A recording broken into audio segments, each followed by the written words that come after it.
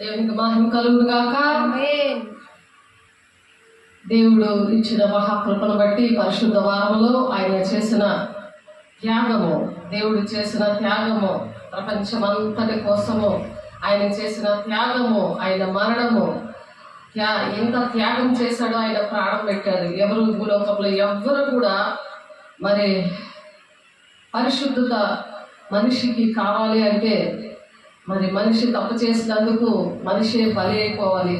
దేవుని కుమారుడు మరి మనిషి కుమారుడిగా మన మధ్యన నివసించడానికి మరి భూలోకములకి వచ్చి మనకన్నీ కూడా నేర్పించి అనేకమైన అద్భుత కార్యాలు చేసి ఆయన మరణము, ఆయన త్యాగము ప్రపంచ స్థితిని మార్చేసింది. దేవునికి మహిమ కలుగును గాక. అవి లేఖనాలు ప్రకారము మరి దేవుడు క్రీస్తు మన పాపముల నిమిత్తం మృతి పొందాడు, సమాధి చేయబడ్డాడు. మరి లేఖనముల ప్రకారము 3వ దినమున లేపబడ్డాడు. ఈ విషయాలన్నీ కూడా ఈ పరిశుద్ధ వారములో మరి దేవుడు ఈ హోలీ వీక్లో దేవుడు చెప్పడానికి మనకి మరలా మనల్ని సరిచేయడానికి మన మధ్యన ఉన్నారు. కాబట్టి ఈ హోలీ వీక్ని ఎలాగా మనము ధ్యానించాలి, దేవుడు ఎందుకు ఈ హోలీ వీక్లో ఏ విధంగా ఆయన ప్రజలకు నేర్పించాడు, ప్రజల విషయంలో ఆయన త్యాగం చేశాడు, ఓర్చుకున్నాడు, ప్రేమ కలిగి ఆయన ఎలాగ ప్రాణం పెట్టాడు, తిరిగి లేచి మన మధ్యన ఉన్నాడు. ఆయన 2వ రాకడలో ఆయన గర్జించి సింహంలాగా రావడానికి సిద్ధంగా ఉన్నాడు. కాబట్టి మనం సిద్ధపడాలని, ఆయన ప్రేమను పొందుకోవడానికి సిద్ధపడి వధువు సంఘముగా ప్రపంచమంతా ఉండాలని దేవుడు ఆశపడుతూ, దేవుడు సోమవారం నుంచి ఆదివారం వరకు పరిశుద్ధ వారము ఏ విధంగా దేవుడు మనల్ని నడిపించాలని, సరిచేయాలని ఇష్టపడి ఆయన మన మధ్యలో ఉన్నారు. కాబట్టి దేవుణ్ణి ఆరాధిద్దాము. ఏమివ్వగలమయ్యా నీ ప్రేమకు అని ఒక సమర్పణతో, త్యాగము ఆయనలా మనం కూడా చేయాలని ఆశపడుతూ దేవుని ఆరాధిద్దాము. దేవుని అభిషేకాన్ని పొందుకుందాము. అభిషేకం లేకుండా ఆయన త్యాగం అర్థమవదు, ఆయన ప్రేమ అర్థం అవ్వదు. మరలా ఆయన గాయాలను రేపేవారిగా మరి ఉండకుండా ఉండాలని దేవుడు మరొకసారి ఒక అవకాశం మనందరికి ఇచ్చినందుకు దేవునికి అనేకమైన వందనాలు చెల్లిస్తూ దేవుని మహిమ పరుద్దాము. దేవుని ఇద్దరు నుండి అనేకమైన దీవెనలు 1000 తరాల వరకు మనం పొందుకుందాం.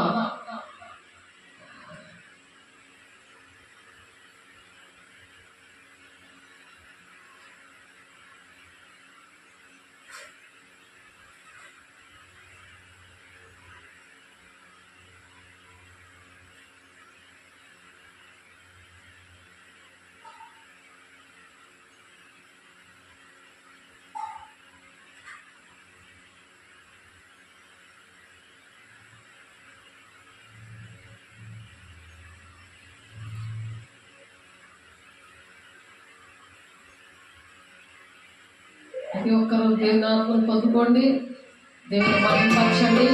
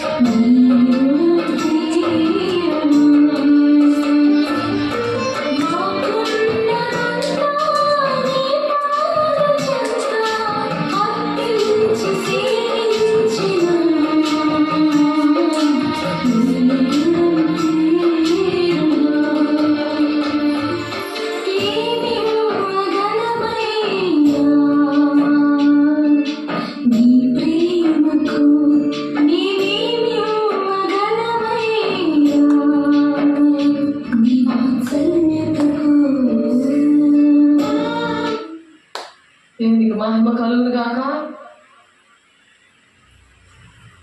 మత్తయి సువార్త 21వ అధ్యాయము చూడండి. మత్తయి సువార్త 21వ అధ్యాయము. వీరు చెప్పుచున్నది వినుచున్నావా అని ఆయనను అడిగిరి. అందుకు యేసు వినుచున్నాను అని. మరి ప్రధాన యాజకులు శాస్త్రులు ఆయన చేసిన వింతలను, దావీదు కుమారుడికి జయము అనే దేవాలయంలో కేకలు వేస్తుంటే చిన్నపిల్లలు చూసి కోపంతో మరి యేసయ్యని ఈ శాస్త్రులు, పరిసరులు, సద్దుకైలు అహంకారంతో మరి వాళ్ళకి అన్నీ వచ్చని దేవుని మీద తిరుగుబాటు చేస్తూ ఉన్నట్టు పిల్లలు దేవుని స్తుతిస్తుంటే, మరి చిన్నపిల్లల లాంటి మనసున్న పెద్దవాళ్ళు కూడా స్తుతిస్తుంటే, ఆ శిష్యులు కూడా స్తుతిస్తుంటే అనేక మంది శిష్యులు వచ్చారు. వాళ్ళు స్తుతిస్తూ ఉంటే ఏమంటున్నారంటే, వీరికి చెప్పుచున్నది వినుచున్నావా అని ఆయనను అడిగిరు. అందుకు యేసు వినుచున్నాను, బాలుడి యొక్క చంటి పిల్లల యొక్క నోట స్తోత్రము సిద్ధింప చేసేదివి అన్న మాట మీరెన్నడూ చదవలేదా అని వారితో చెప్తున్నారు. వాళ్ళు అన్నీ చదివారు కానీ బైబిల్ అన్నీ చదువుతారు, బైబిల్ కాలేజీల్లో వెళ్తారు, కానీ వాళ్ళే అడ్డుకొట్టగా ఉన్నారు. ఈనాటి దినాల్లో కూడా దేవునికి మహిమ కలుగును గాక. ఆనాడు దేవుని సిలువేయడానికి కేకలు వేసిన నోళ్ళు మరి బరబ్బాని విడిచిపెట్టండి అని ఆ నోళ్ళు ఇప్పుడు కూడా ఉన్నాయి. బాహాటంగా సిలివేస్తున్నారు. తండ్రి చిత్తాన్ని నెరవేర్చకుండా ఒక వ్యాపారంగా యెరూషలేము మందిరమును చేసినప్పుడు ఆ పనులన్నీ తిరగదోసిన దేవుడు మన మధ్యన ఉన్నాడు. మనం సరి చేయడానికి దేవుని బిడ్డ మనం సరి చేసుకుంటే పెలుకుమంత సంఘంలో మనం ఉంటాము. వారిని విడిచిపెట్టి పట్టణం నుండి బయలుదేరి బేతనియాకు వెళ్ళి అక్కడ బస చేశాడు. ఇవన్నీ కూడా చెప్పి ఆయన బయలుదేరి బేతనియాకు వెళ్ళి అక్కడ బస చేశాడు. మరి సోమవారం పూట వచ్చాక మరి మట్ల ఆదివారం ఇలా జరిగింది. తర్వాత సోమవారం, ఆదివారము ఈ విషయాలన్నీ జరిగాయి. చాలా విషయాలు మనం చెప్పుకున్నాము. ఇంకా చాలా విషయాలు ఉన్నాయి కానీ టైం సరిపోక మరి చెప్పడం అవ్వలేదు. వాక్యాలు చదవండి అని కొన్ని వాక్యాలు ఎక్కడెక్కడ వివరంగా ఉన్నాయని సరి చేసుకోవడానికి దేవుని ప్రజలు అయిన మనము దేవుని నమ్ముకొని కూడా మనము అలాగా ఉండకూడదని మనం సరి చేసుకోవడానికి దేవుడు మరలా ఈ సోమవారము మరి వారిని విడిచి పట్టణం నుండి బయలుదేరి బేతనియాకు వెళ్ళి అక్కడ బస చేశాడు. మరి దేవుడు బస చేసిన తర్వాత యేసయ్య ఉదయం ముందు పట్టణంలో మరలా వెళ్ళిచుండగా ఆయన ఆకలిగా ఉన్నాడు. ఆకలి నీకోసం నా కోసం ఇప్పుడు కూడా ఆకలి కలిగి ఉన్నాడు. ఎందుకో తెలుసా? ఉదయం పట్టణంలో మరలా వెళ్ళిచుండగా ఆకలి కొనను. అప్పుడు త్రోవ పక్కన ఒక అంజూరపు చెట్టుని చూచి దాని ఎందుకు రాగా దాని ఎందు ఆకులు తప్ప మరి ఆకులు. నీ జీవితంలో ఆకులు తప్ప ఫలాలు పారేసావు కదా, ఫలాలు లేవు, ఫలాలు పడిపోయాయి కదా. నువ్వు దేవుని ఆత్మను పొందుకోకుండా మరి దేవుని దగ్గర రాకుండా ఆలయాన్ని విడిచిపెట్టి నేను సెల్ ఫోన్లోని టీవీలోనూ పక్కన చర్చికి దూరిపోయి నా ఇష్టం వచ్చిన నేను ఉంటాను అని అనుకుంటున్నావు కదా, నీకు ఫలం లేవు. అందుకే దేవుని బిడ్డ ఆకులే ఉన్నాయి. దేవుడు ఆకలి కొన్నాడు, నీ దేవుడు నీతో సూటిగా మాట్లాడుతున్నాడు. దేవుని బిడ్డ అప్పుడు త్రోవ పక్కన ఉన్న ఒక అంజూరపు చెట్టుని చూచి దాని యొద్దకు రాగా దాని ఏదో ఆకులు తప్ప మీరేమీ కనబడలేదు, మరేమీ కనబడలేదు. దేవుడు ఆకలి కొన్నాడు. దేవుని బిడ్డ నువ్వు దేవునిలో ఉన్నావా? దేవుని కోసం నీకున్నవన్నీ సమస్తాన్ని అర్పిస్తాను అని ఒక మనసు కలిగి ఉన్నావా? దేవుని ఆత్మను పొందుకున్నావు. ఇప్పుడు ఈ సంఘంలో ఉన్న బిడ్డలు దేవుని ఆత్మను పొందుకున్నారు. ఇప్పుడు వాక్యం ఇప్పుడు పాట అవుతుంటుంటే పాటకి మరి ఆ పాట ఆత్మతో సత్యంతో ఆరాధిస్తున్నప్పుడు పరిశుద్ధాన్ని పొందుకున్నారు. మరి కన్నీరు వస్తుంది, వేదన వస్తుంది, అయ్యో నాలో ఫలాలు లేవే అని దిద్దుబాటు వస్తుంది, తీర్మానాలు వస్తాయి. దేవుని బిడ్డలారా తీర్మానాలు చేసుకోండి. మీరు దేవుడు అట్టి విధంగా మిమ్మల్ని దీవించును గాక. అప్పుడు త్రోవ పక్కన ఉన్న ఒక అంజూరపు చెట్టుని చూచి దాని యొద్దకు రాగా దాని ఏదో ఆకులు తప్ప మరేమీ కనబడలేదు కనుక దాన్ని చూచి ఇక మీదట ఎన్నటికీ నీవు కాపు కాయకుందు అని చెప్పేశాడు దేవుడు. చూడండి, ఇంకప్పుడే ఎప్పుడు కూడా నువ్వు ఇంకా కాపు కాయద్దు. నేను ఆకలుకున్నాను కదా, నువ్వు అంజూరపు చెట్టు, నువ్వు ఆ కాలంలోనే దేవుడు ఆ ఫలాలు అడిగాడు. దేవుని బిడ్డ నువ్వు ఎప్పుడు నిన్ను అడిగినా ఆయన ఆకలుకొని నువ్వు ఆయన ప్రజల విషయంలో ఆయన నువ్వు ఫలించే చెట్టుగా ఉండాలి. చెట్టు అంటే మనిషికి సూచన, ఫలాలంటే దేవుని బిడ్డలను రక్షించడం. నువ్వు అభిషేకం తీసుకోకుండా నువ్వు బాప్తిసం తీసుకుంటావు కదా, తర్వాత పరిశుద్ధాత్మని అగ్ని అభిషేకము నా వెనక వచ్చేవాడు మరి నీ ఆ పరిశుద్ధాత్మలోను అగ్నిలోను బాప్తిసం ఇస్తానని చెప్తున్నాడు.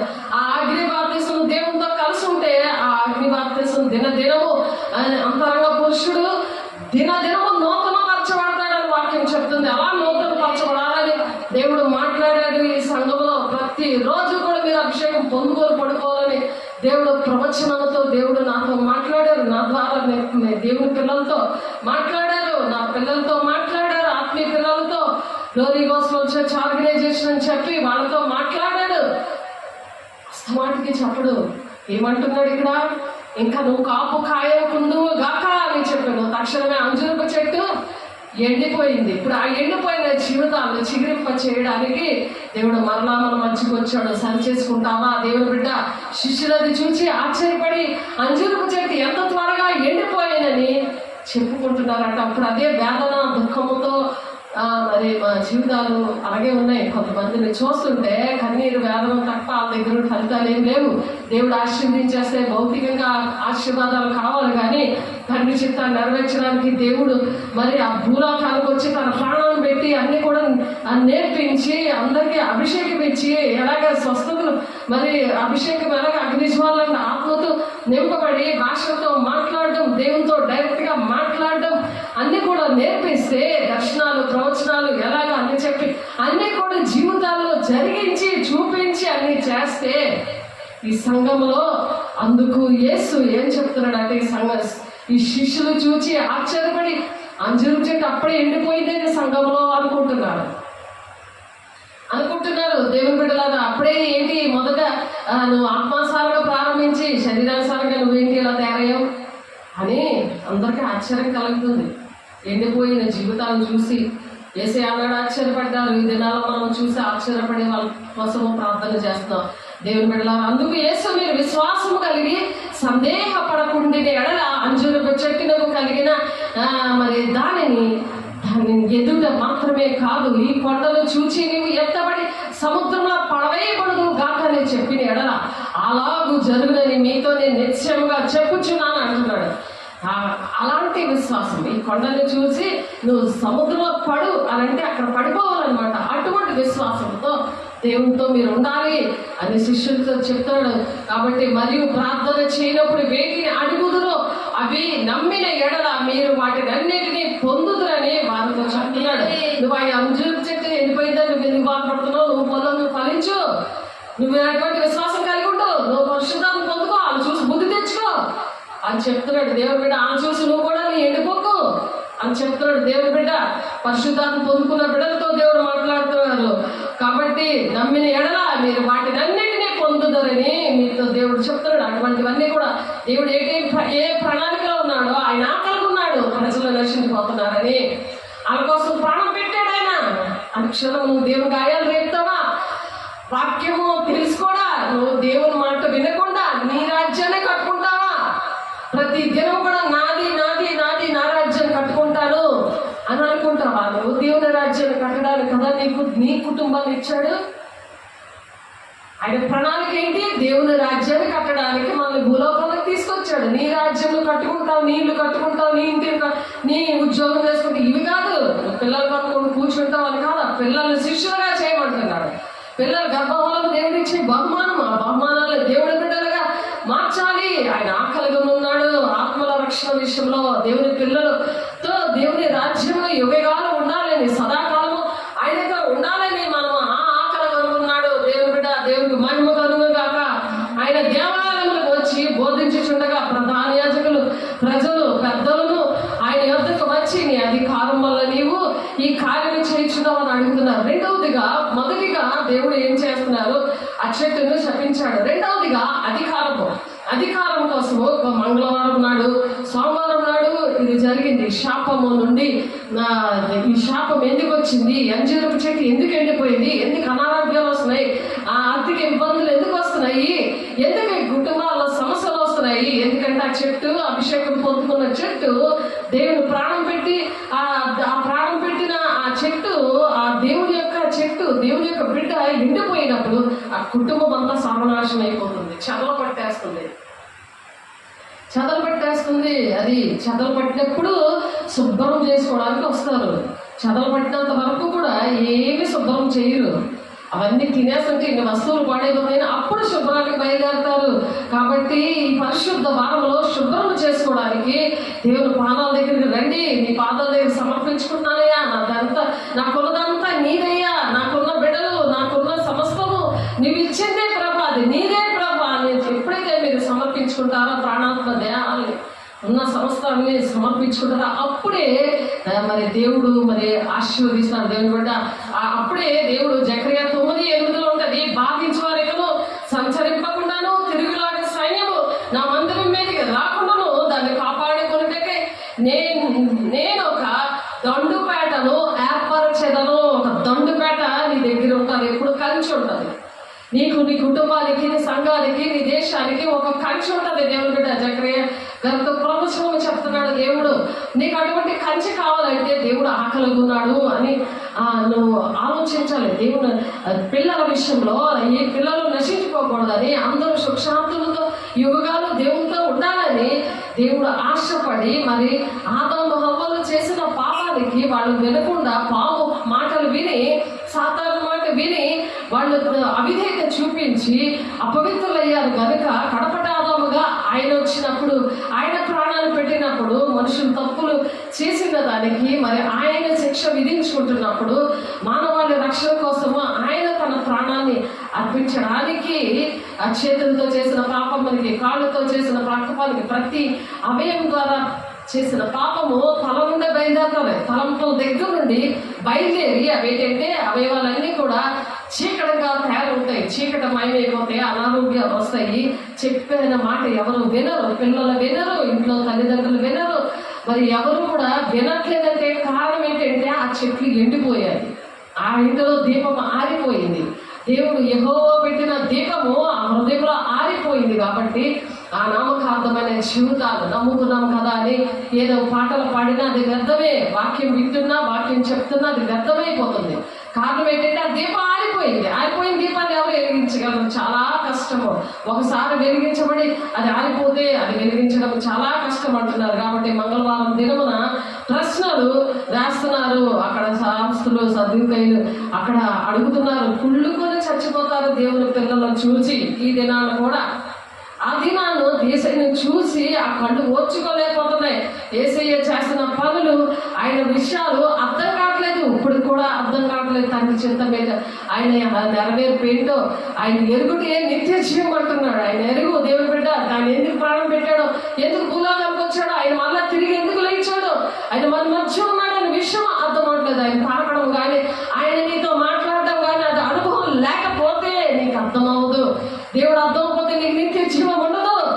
దేవునితో మాట్లాడు. నీకును నాకును దోషమనే గోడ అడ్డంగా వచ్చింది, అది నువ్వు తెలుసుకో. అది తెలుసుకొని దేవుని మాటలు విని ఆయన ప్రేమిస్తే ఆయన ఆజ్ఞలు వేయకుంటాం. ఆయన ప్రేమించకపోతే నేను సాతాను నుండి నేను అవన్నీ కూడా ఒక బ్రహ్మచ్చ ఆత్మతో నేను నింపేస్తాడు, లౌకిక ఆత్మతో మనిషి ఆత్మతో నింపేస్తాడు.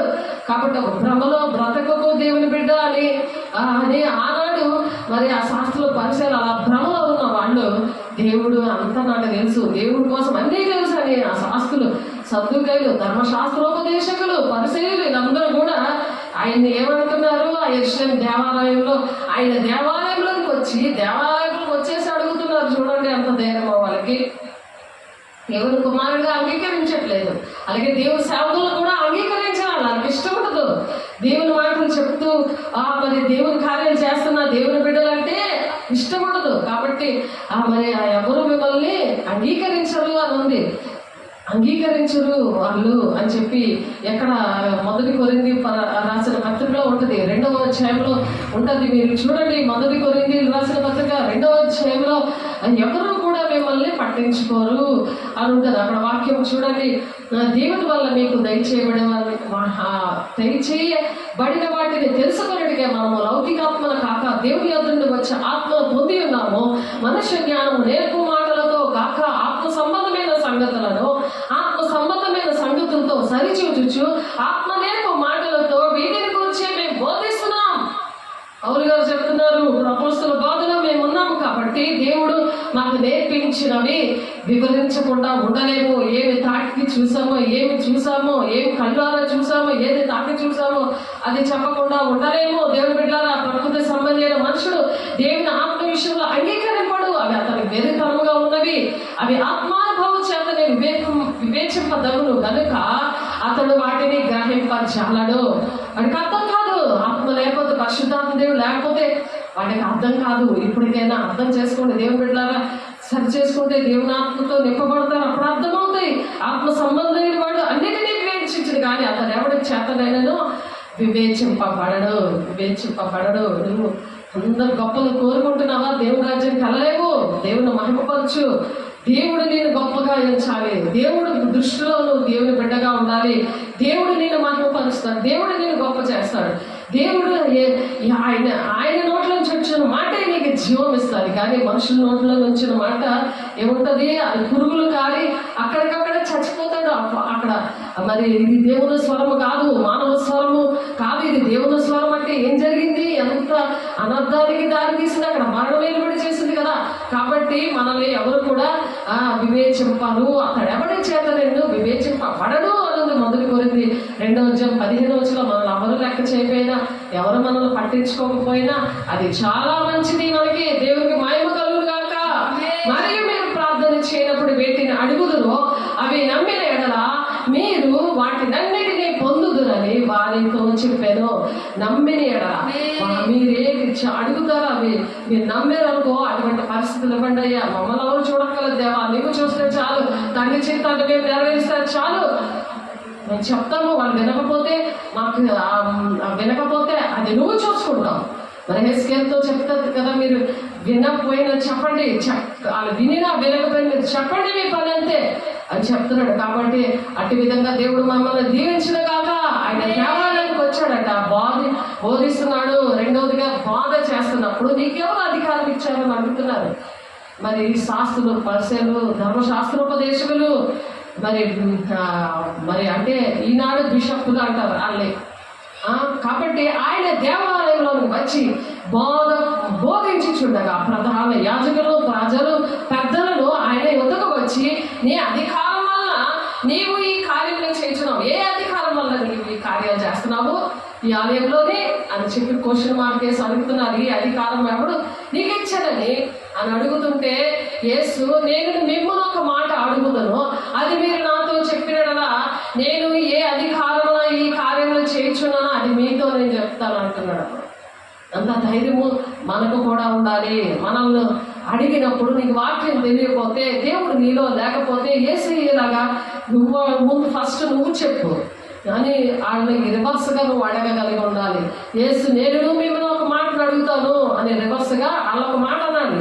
ఏమంటే అది మీరు నాతో చెప్పిన నేను ఏ అధికారం వల్ల ఈ కార్యాలు నేను చేస్తున్నానో అది నేను మీతో చెప్తాను అంటున్నాడు. అలాగా యోహాను ఇచ్చిన బాప్తీసము ఎక్కడ నుండి కలిగినది అని క్వశ్చన్ వేస్తున్నాడు. ఈ విషయంలో నాకు కూడా డౌట్ ఉండేది. నేను బాప్తీసము ఇవ్వమని దేవుడు చెప్పినప్పుడు ఎస్తేరుకి ఫస్ట్ బాప్తీసం ఇవ్వడం అయింది. అది కూడా ఫిలిప్పు రథం మీద వెళ్తుంటే నపుంసకుడు ఏ విధంగా దేవుడు మాట్లాడాడు ఫిలిప్పుతో, ఆ విధంగా నాకు రెబెకా తన కూతురు ఎస్తేరు విషయంలో హాస్టల్లో తను ఉన్నదని మరి ఒక అమ్మాయికి బాగా చీకట్లో పట్టేసి ఈ అమ్మాయిని చాలా అక్కడ రాత్రి అరెస్ట్ చేసింది, బాగా ఇబ్బంది పెట్టేసింది. ఆ బాధకి ఉదయమే ఫోన్ వాళ్ళ అమ్మ నాకు చేసింది. ఆ మాటలన్నీ చూసి ఆ బాధలన్నీ ఆ పిల్ల దగ్గర నుంచి ఆ పిల్ల ఏమంటుంది, నేను బాప్తీసం తీసుకుంటాను, నాకు పాస్టర్ గారిని పిలువు అని అంటే, నేను విజయనగరంలో ఉన్నాను, వాళ్ళు వైజాగ్లో ఉన్నారు, పిల్లు అని చెప్పి నేను బాప్తీసం తీసుకున్న తర్వాతే నేను ఎగ్జామ్ రాస్తాను, లేకపోతే నేను రాయను అని చెప్తుంది. ఇంకా చదువుతున్న అమ్మాయి వెంటనే మరి వాళ్ళు ఆ విషయాలు నాకు చెప్పలేదు. అర్జెంటుగా రండి పాస్టర్ గారు అనేసి నాకు ఫోన్ రాగానే నేను తయారవుతూ నేను స్నానం చేస్తూ కూడా ప్రార్థన చేస్తాను. నేను అలా ప్రార్థన చేస్తున్నప్పుడు దేవుడు చాలా చక్కగా మాట్లాడాను. వైట్ సారీ కట్టుకొని వెళ్ళు అనేసి, వైట్ డ్రెస్ వేసుకొని వెళ్ళాలంటే నేను వైట్ సారీ కట్టుకొని వెళ్ళినప్పుడు ఎందుకు కట్టుకున్నాను నాకు అంతవరకు నాకు బాప్తీసం విషయంలో కానీ దేవుడు నాకు ఏమీ మాట్లాడలేదు, నాకేమీ తెలియదు ఆ విషయాలు. కానీ అక్కడికి నేను వెళ్ళినప్పుడు అక్కడ ఆ అమ్మాయి అడుగుతుంది నన్ను, ఆటోలో కూర్చొని మరి అక్కడ చర్చికి నేను వెళ్తున్నప్పుడు వాళ్ళ ఇంట్లో ఉన్న వాళ్ళే చర్చి ఉన్నది వాళ్ళకి. అయితే ఆ చర్చికి వెళ్తున్నప్పుడు ఆ చర్చిలో ఏమీ వాళ్ళకి ఎక్కలే కాబట్టి వాళ్ళ సొంత మనిషే, కానీ వాళ్ళకి ఏమి ఎక్కలేదు, ఏంటి ఆ బాధలేమి అర్థం అవ్వలేదు వాళ్ళకి. కాబట్టి అక్కడ ఆ పైన తీసుకెళ్తే ఆ చర్చిలో పెద్ద ముగ్గేశారు. అక్కడ ముగ్గుంది, అక్కడ ముగ్గు విషయంలో కూడా దేవుడు నాతో మాట్లాడారు. ముగ్గులు ముగ్గులు అన్నీ పెట్టి పెయింట్ ముగ్గులు వేసి క్రిస్మస్ అన్ని కూడా చేసే మనిషితో దేవుడు మాట్లాడారు, నాతో మాట్లాడారు ముగ్గు విషయంలో. ఆ ముగ్గు చూసి దేవుడు చూపించారు నాకు ముగ్గు విషయంలో ఏంటంటే సైతానా రా అని పిలిచినట్టు అనమాట. ముగ్గేసి సైతానా రా, దెయ్యమా రా అని పిలిచినట్టు దేవుడు నాకు చూపించారు ఆ విషయం.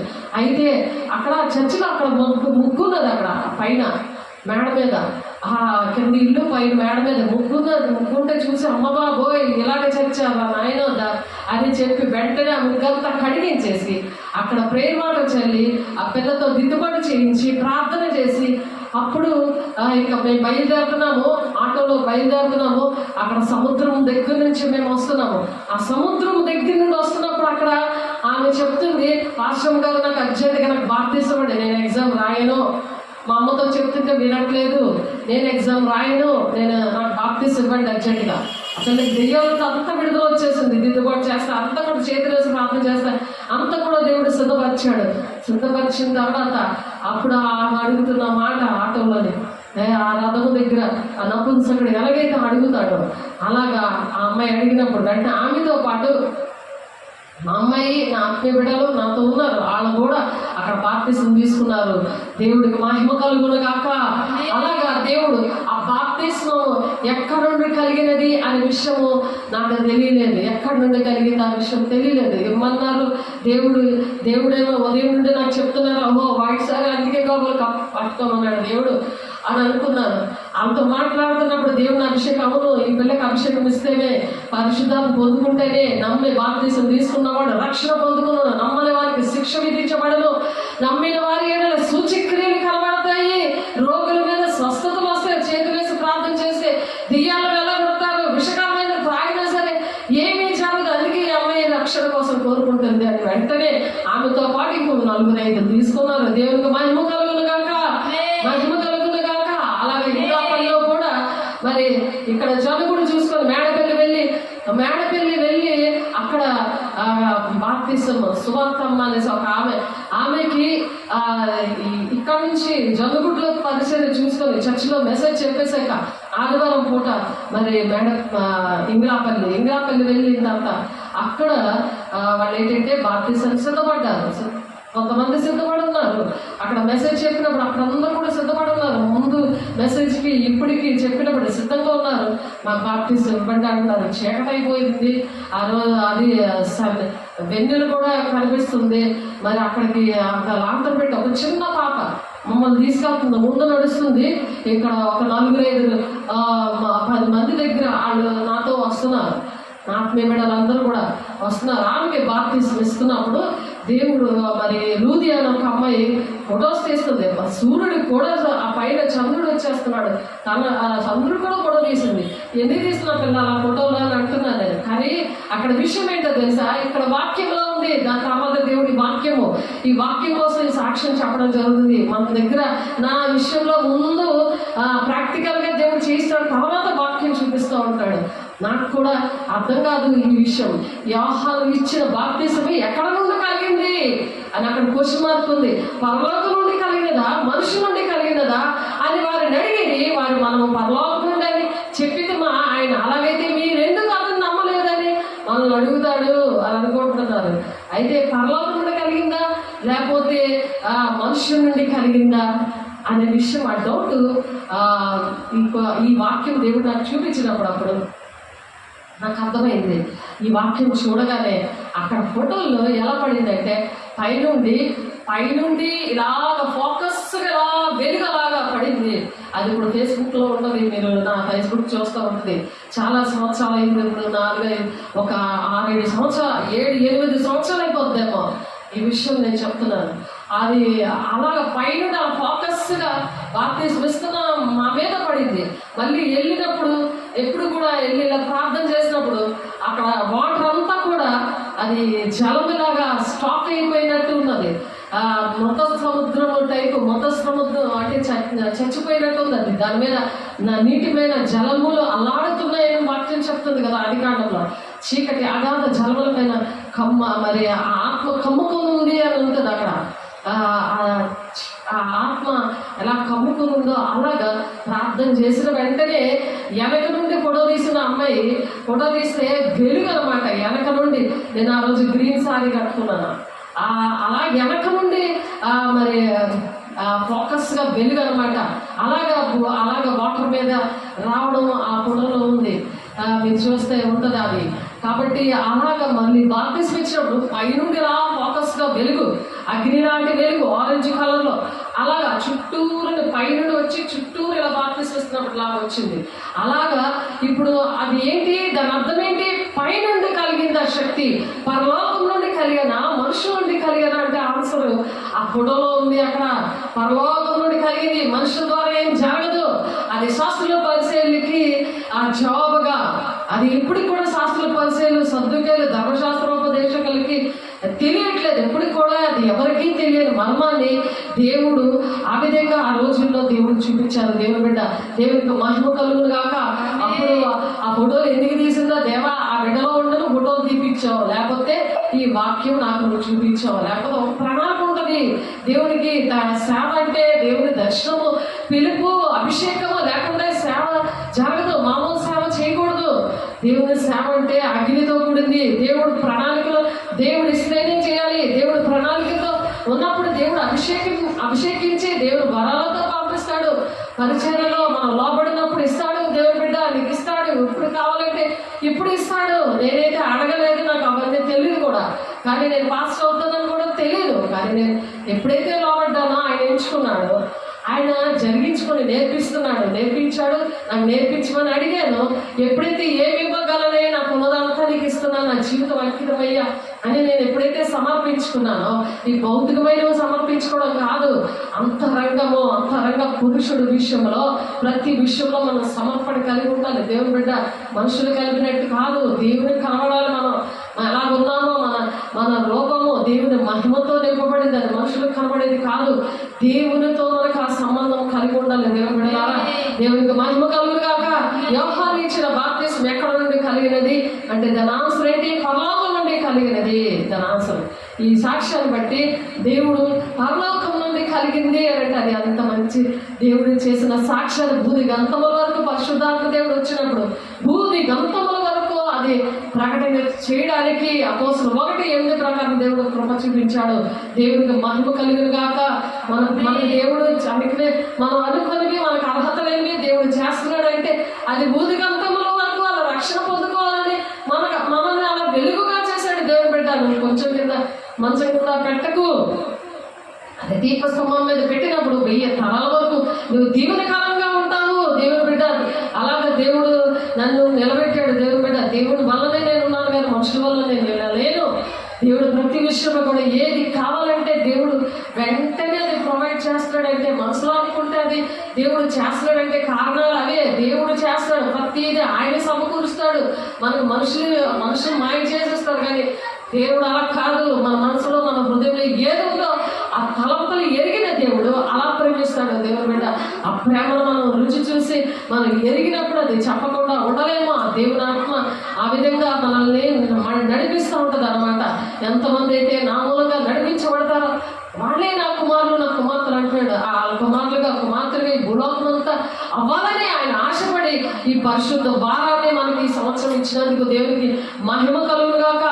వాళ్ళు మనం పరలోకముగా చెప్పింది ఆయన అలాగైతే మీరెందుకు అతను నమ్మలేదు అని అడుగుతారు. యోహాను మీరెందుకు నమ్మలేదు అని శాస్త్రుల పరిశీలనలు అడుగుతారని అలా సొనుక్కుంటున్నారు. అలాగా మనం ఉండకూడదు. ఏ చెప్దామా అన్నప్పుడు దేవుడు మనకు చెప్తాడు. కరెక్ట్గా ఆన్సర్ మనం చెప్పగలం. మన జీవితాల్లో మనం జరిగినప్పుడు మనం కరెక్ట్ ఆన్సర్ చెప్పగలము. పరలోక మందు నుండి కలిగింది ఈ బాప్తిసము మనుషుల ద్వారా కలగలేదు, అది దేవుడి నుండే కలిగింది. ఆ వెలుగు ఎలాగొచ్చింది? దేవుడి నుండి కలిగింది. ఆ నైట్ పూట వాళ్ళ దేవుడు అవసరం పెట్టారు, దేవుడు చేసేసాడు. లేకపోతే బాప్తిసం తీసుకోవడానికి డబ్బులు ఇస్తూ ఉంటారు. అలాది కాదే, కొనుక్కునేది వ్యాపారం కాదే. అక్కడ వ్యాపారం చేసినందుకు దేవుడి పాపం వచ్చింది. ఆ పావురాలు ఇవన్నీ కూడా వ్యాపారంగా, ఇంటిని చర్చిని వ్యాపారంగా అక్కడ పబ్బులు అమ్ముకోను, రుమాలు అమ్ముకోను, ఇవన్నీ కూడా వ్యాపారంగా చేసుకొని దేవుడు అక్కడ పాపం వచ్చింది. దేవుని బిడ్డలారా, అది ఉచితంగా మనం పొందుకున్నాం, ఉచితంగా ఇవ్వాలి. ఒక క్రమం అనేది దేవుడు నేర్పించడానికి, పరిశుద్ధపరచడానికి, పరిశుద్ధ వారములో దేవుడు వచ్చాడు. దేవుని బిడ్డలారా, అందుకు ఆయనని అధికారం వల్ల ఈ కార్యంలో నేను చేయించున్నాను, అది మీతో చెప్పను అనేసాడు ఆయన. నీకు అసలు ఈ విషయాలే నీకు అర్థం కావు, నేను ఎందుకు చెప్పాలనేసి నేను చెప్పను అన్నాడు. అందరికీ చెప్పేవి కాదు ఇవి, అందరికీ అర్థమవు. కాబట్టి మీకేమి తోచిచున్నది? ఒక మనుషుని 2 కుమారులు ఉండేది. అతను మొదటి వాడి వద్దకు వచ్చి, కుమారుడా నేడు పోయి ద్రాక్ష తోటలో పని చేయమని చెప్తున్నాడు. ఒకరికి వెళ్ళి 2 కుమారులకు వెళ్ళి ద్రాక్ష తోటలో పని చేయని చెప్తున్నాడు. వాడు నేను పోను అనేసారి అన్నాడు. అప్పుడు అని ఈ ఉత్తరం ఇచ్చాడు. కానీ పిమ్మట మనసు మార్చుకొని పోయి మరి అతడు 2వ వాణి వద్దకు వచ్చి ఆ ప్రకారమే చెప్పగా, వెళ్ళు ద్రాక్ష తోటలో వెళ్ళి పని ఉన్నది, వెళ్ళు చెయ్యి అని అంటే, అది ఇంకో 2వ వాడితో చెప్తే పోదునని చెప్పాడు. వెళ్తాను అని చెప్పాడు. కానీ ఆ ఇద్దరిలో ఎవరు తండ్రికి ఇష్ట ప్రకారం చేసిన వాడు? ఇద్దరిలో ఎవరు ఇష్టంగా చేశారు అని అడుగుతున్నాడు దేవుడు. అందుకు వారు మొదటి వాడే అన్నారు. మొదటి వాడు వెళ్తానన్నాడు కానీ వెళ్ళలే. 2వ వాడు వెళ్ళలేను అన్నాడు కానీ వెళ్ళాడు అనమాట. చూడండి దేవుడి కార్యాలు ఎలా ఉంటాయో. అందుకు వారు మొదటి వాడే అనేది యేసు సుంకర్లను వేశ్యలను మీకంటే ముందుగా దేవుని రాజ్యంలో ప్రవేశిస్తారని మీతో నిశ్చయంగా చెప్తున్నాను. ఎందుకంటే దేవుడు నమ్ముకోని కూడా, వాక్యం తెలుసు కూడా, మీరు మీకన్నా దేవుని రాజ్యానికి ఎవరు వెళ్తారట? సుంకర్లు వేశ్యలు వెళ్ళిపోతారు, మీకన్నా దేవుని రాజ్యంలో ప్రవేశిస్తారు, జాగ్రత్త అని హెచ్చరిక చేశాడు. క్రమం లేని వారితో, దేవుని మాటలు వినలేని వారితో వేశ్యలు ముందు వెళ్ళిపోతారట. కాబట్టి దేవుడి రాజ్యంలో యోహాను నీతి మార్గము మీ వద్దకు వచ్చాను, మీరు అతన్ని నమ్మలేదు. యోహాను నీతి మార్గం చూపించుదామని వచ్చాడు, కానీ మీరు ఆయన నమ్మలేదు అని చెప్తాడు. ఇప్పుడు కూడా మీరు సేవకులు నమ్మట్లేదు కదా, సేమ్ ఇదే మాట అంటాడు. అయితే సుంకర్లు వేషంలో అతను నమ్మారు, మీరు అది చూచి అతను నమ్మునట్లు పశ్చాత్తాపడకపోతుంది. నేను చూసి కూడా మీకు ఎన్ని చెప్తున్నా మీరు పశ్చాత్తాపడట్లేదు అని యోహాను బాప్తీసాలు ఇచ్చి మరి ఇలాంటి కార్యాలన్నీ చేస్తుంటే, దేవుని మార్గంలో రండి అని మరి అరణ్యంలో కేకలు వేస్తుంటే, మరి వాళ్ళు రక్షణ విషయంలో, వాళ్ళు దేవుని విషయాల్లో అంగీకరించలేదు, ఆయన మాట వినలేదు. ఈనాడు కూడా దేవుని బిడ్డలు మరి సాక్ష్యాలు వాక్యాలు చెప్తుంటే అలా చూస్తున్నారు, కానీ మరి వాళ్ళు నమ్మట్లేదు. వాళ్ళ విషయంలో దేవుడు ఏం మాట్లాడుతున్నారంటే, వేశ్యలు అతను నమ్మారు, మీరు అది చూచి అతను నమ్మనట్లు పశ్చాత్తాపడట్లేదు. కాబట్టి మరి ఆ వేశ్యలు ముందు దేవుని రాజ్యానికి వెళ్ళిపోతారట, మీకంటే ముందుగా వెళ్ళిపోతారు. సుంకరులు మీకన్నా ముందుగా దేవుని రాజ్యంలో ప్రవేశిస్తారు అని చెప్తున్నారు. దేవుని బిడ్డ అధికారము విషయంలో బేతనీయలో మరి పరిచర్య ఆ పాదాలకి అభిషేకం చేసింది పాపాత్మరాలైన స్త్రీ. మూడవదిగా ఇవి ఇప్పుడు చూడండి, నా దేవాలయంలో శుద్ధీకరణ విషయంలో మరి వ్యాపారంగా చేశారని మత్తయి 21 వచ్చాము. ఇప్పుడు చెట్టుని శపించిన తర్వాత మరి వ్యాపారం విషయంలో 21 వచ్చాము. మత్తయి 21 వచ్చాము 12-13 వచనంలో ఉంది. అది 21 వచ్చాము 12-13 వచనంలో ఉంది. చూడండి ఒకసారి. మత్తయి 21 వచ్చాము 12-13 వచనంలో యేసు దేవాలయంలో ప్రవేశించి క్రయ విక్రయాలు చేయి వారిని వెళ్ళగొట్టి రోగాలు మార్చి వారి బల్లలను గువ్వలము వారి పీఠములను పడద్రోసి నా మందిరము ప్రార్థన మందిరం అనబడును అని వ్రాయబడి ఉన్నది. అయితే మీరు దానినే దొంగల గుహగా చేశారు. దేవుడి దగ్గర దొంగిలించడం నేర్పిస్తున్నారు. దేవుడి దగ్గర దొంగిలించడం ఎలాగా నేర్పిస్తున్నారు. ఒక వ్యాపారంలో చేసుకుంటున్నారు, ఒక క్రమం లేకుండా చేస్తున్నారు. అక్కడ స్వస్థతలు చేశారు. గుడ్డివారును కుంటివారును దేవాలయంలో ఆయన వద్దకు రాగా ఆయన వారిని స్వస్థపరిచాడు. కాగా ప్రధాన యాజకులను శాస్త్రులు ఆయన చేసిన బెంతలను దావీదు కుమారునికి జయము అని దేవాలయంలో కేకలేస్తుంటే వాళ్ళు కోపంతో ఆ చిన్నపిల్లలు దేవాలయంలో వాళ్ళు దేవునికి మహింపరుస్తున్నారు. ఇవన్నీ కార్యాలు చూసి కోప్పడ్డారు అనమాట. కాబట్టి స్వామివారు అంజూరపు చెట్టుని శపించారు. ఈ వ్యాపారంలో ఉన్న చేసిన వాళ్ళని ఈ విధంగా గద్దించారు. అలాగే మార్కు సువార్త 11-15-18 వచనాల్లో ఉంది. అలాగే లూకా సువార్త 19-45-48 వచనాల్లో ఈ మాటలు ఉన్నాయి దేవుని బిడ్డలారా. అలాగే మంగళవారం మరి అధికారం విషయంలో 21 అధ్యాయము, మత్తయి సువార్త 23-27 వచనంలో ఉంది. మార్కు సువార్త 11 అధ్యాయము 27-33 వచనంలో ఉంది. అలాగే లూకా సువార్త 20 అధ్యాయము 1-8 వచనాలు ఉన్నాయి. మంగళవారం చేసిన విషయాలు మరి బోధించే విషయంలో యెరూషలేము మందిరంలో మరి 21 అధ్యాయం 28-29 వచనాలు ఇందాక చదువుతున్నాం. మొత్తం 21-28లో. అలాగే మార్కు సువార్త 12 అధ్యాయం 1-44 వచనాలు ఆయన బోధ విషయంలో మరి సువార్తికులందరూ కూడా మత్తయి, మార్కు, లూకా, యోహాను స్వార్థంలో రాసి పెట్టి ఉంచారు. దేవుని పిల్లలుగా మనము ఇంకా సరి చేసుకోవాలని లూకా సువార్త 20-9 నుండి మరి యోహాను సువార్త 21-21 వరకు కూడా ఆయన బోధ విషయంలోని, అలాగే బేతనియాలో పరిచర్య పాదాల అభిషేకము చేసిన విషయంలోని మరి మత్తయి సువార్త 26 ఉంటుంది. ఒక పాపాత్మరైన స్త్రీ వచ్చి అతన్ని తీసుకుని వచ్చి ఆమె దేవుని యొక్క పాదాల దగ్గర కూర్చొని ఆమె ఎంతో ఏడుస్తుంటుంది పాపముల కోసం. అలాగే ఆయన పాదాల దగ్గర కలిగిందంతా మనకు కలిగిందంతా ఆయనకి ఇచ్చి ఏడాలి, మనకు కలిగిందంతా ఇచ్చి ఏడాలి. కానీ ఇక్కడ ఏమంటున్నారో చూడండి. ఒక స్త్రీ మిక్కిలి విలువగల అత్తరు బుడ్డి, విలువగల చాలా కోట్లు విలువ చేసే అత్తరు బుడ్డి తీసుకొని వచ్చింది. ఎంత ప్రేమించిందో ఆలోచించండి. ఒక స్త్రీ మిక్కిలి విలువగల అత్తరు బుడ్డి తీసుకొని ఆయన వద్దకు వచ్చి ఆయన భోజనంలో కూర్చుండగా దానిని ఆయన తల మీద పోసింది. ఆమె శిష్యులు చూచి కోపపడి ఈ నష్టం ఎందుకు అంటున్నాడు. శిష్యులకు అర్థం లేదు, ఎందుకంటే అలా అభిషేకం అప్పటికి పొందుకోలేదు, ఆత్మను పొందుకోలేదు, పరిశుద్ధాత్మ పొందుకోలేదు. అందుకని ఎందుకు ఈ నష్టం అంతా ఇలా కలిగిస్తున్నావు అని అక్కడ క్వశ్చన్ మార్క్ ఉంది చూడండి. అలా క్వశ్చన్ వేశారు. దీనిని గొప్ప వెలకమ్మి వేరేకి ఇవ్వచ్చు కదా అనే ఐడియాలు కూడా చెప్తున్నారు. నా ఆత్మీయ పిల్లలు కూడా అలాగే ఐడియాలన్నీ నాకు చెప్పేవారు. కానీ అది వ్యర్థమైపోయింది ఆ జీవితాల్లో. అలాగే దేవునికి ఐడియాలు సేవకులకి చెప్పకూడదు, అలా చెప్పకూడదు. దేవుని బిడ్డలారా, దీనిని గొప్ప వెలక అమ్మే బీదరికి వచ్చినే అనేది యేసు ఆ సంగతి తెలుసుకొని ఈ స్త్రీ నా విషయమే ఒక మంచి కార్యం చేశాను, ఆమెను మీరు ఎలా తొందర పెడుతున్నారు, ఈమె ఎంత మంచి కార్యం చేస్తుంటే మీరు ఎందుకలా తొందర పెడుతున్నారు? బీదలు ఎల్లప్పుడూ మీతో కూడా ఉంటారు, కానీ నేను ఎల్లప్పుడూ మీతో కూడా ఉండను. ఆమె ఎంత నా శరీరం మీద పోసి నా భూస్థాపన నిమిత్తము దీన్ని చేసింది, నా భూస్థాపన నిమిత్తం ఇది చేసింది.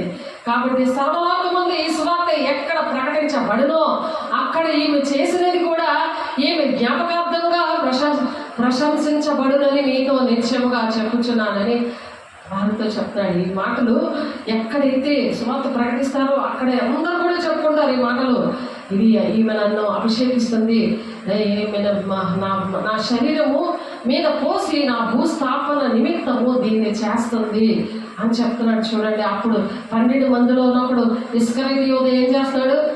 ఈ మాటలు చెప్తుంటే సరి చేసుకోవట్లే, వాడి బిజినెస్ స్టార్ట్ చేశాడు. వాడి బిజినెస్ ఏంటి? ఇస్కరియోతు యోధ బిజినెస్ ఏంటి? ప్రధాన యాజకుల దగ్గరికి వెళ్ళిపోయాడు. ప్రధాన యాజకులు, పాస్టర్లు, పెద్ద పెద్ద బిషప్ పాస్టర్ల దగ్గరికి వెళ్ళిపోయాడు. నేను ఆయనను మీకు అప్పగించిన ఎడల నాకేమి ఇస్తురు? వాడిని అడుగుతాను. నేను మీకు అప్పగించాను అనుకోండి, ఏసేయని మీరు నాకేమి ఇస్తారు? డబ్బు మనుషులు దేవుని రాజ్యానికి అందుకే వెళ్ళరు అని చెప్పాడు దేవుడు. వంటి సూది రాజ్యంలోనికి వెళ్ళిపోతుంది కదా, ధనవంతులు దేవుని రాజ్యం వెళ్ళడం చాలా అసాధ్యము, అది దుర్లభము అని అందుకే చెప్పాను. నేను ఆయన మీకు అప్పగించిన ఎడల నీకేమి ఇస్తున్నాను వారిని అడిగాను. అందుకు వారు 30 వెండి నాణములు తూచి వాళ్ళకి తూచి ఇచ్చేశారు వెంటనే.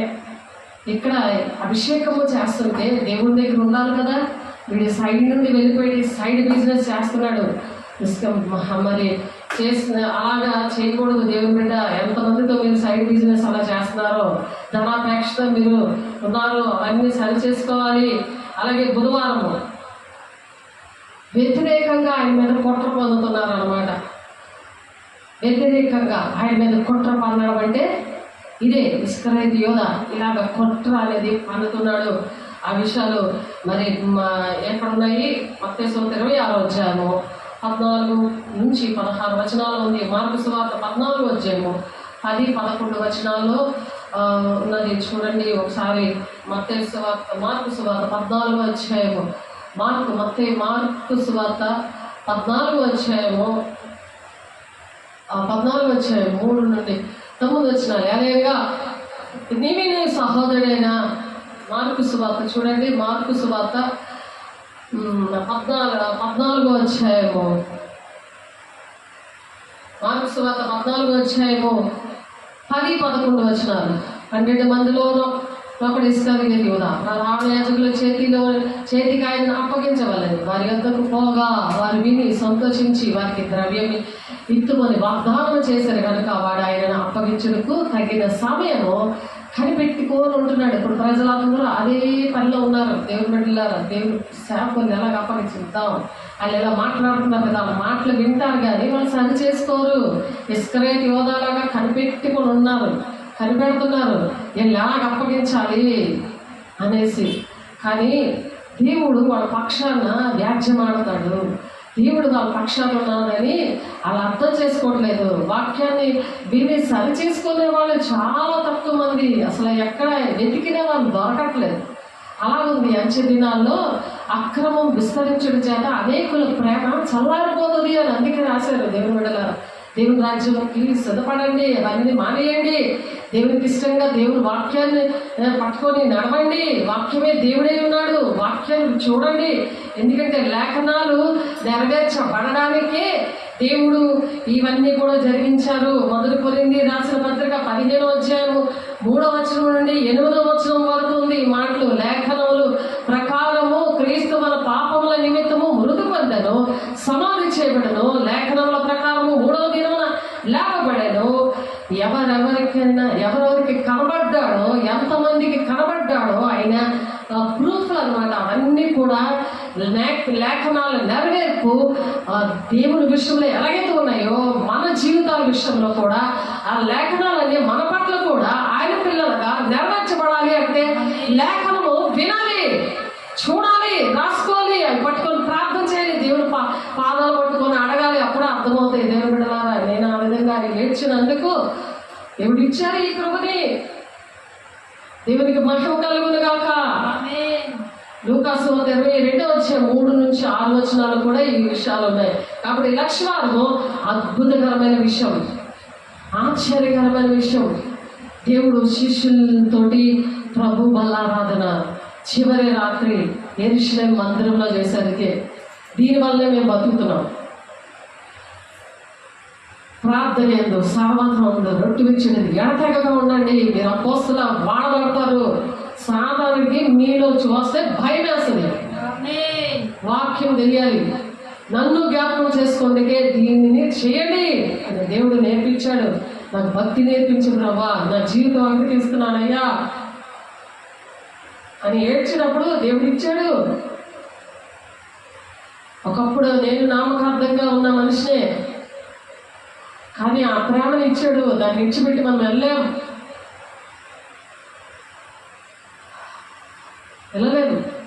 3 రోజులు పాపం ఇలా వచ్చి వెళ్ళిపోదు కానీ రాని తెలిసింది చంటి పిల్లలతో.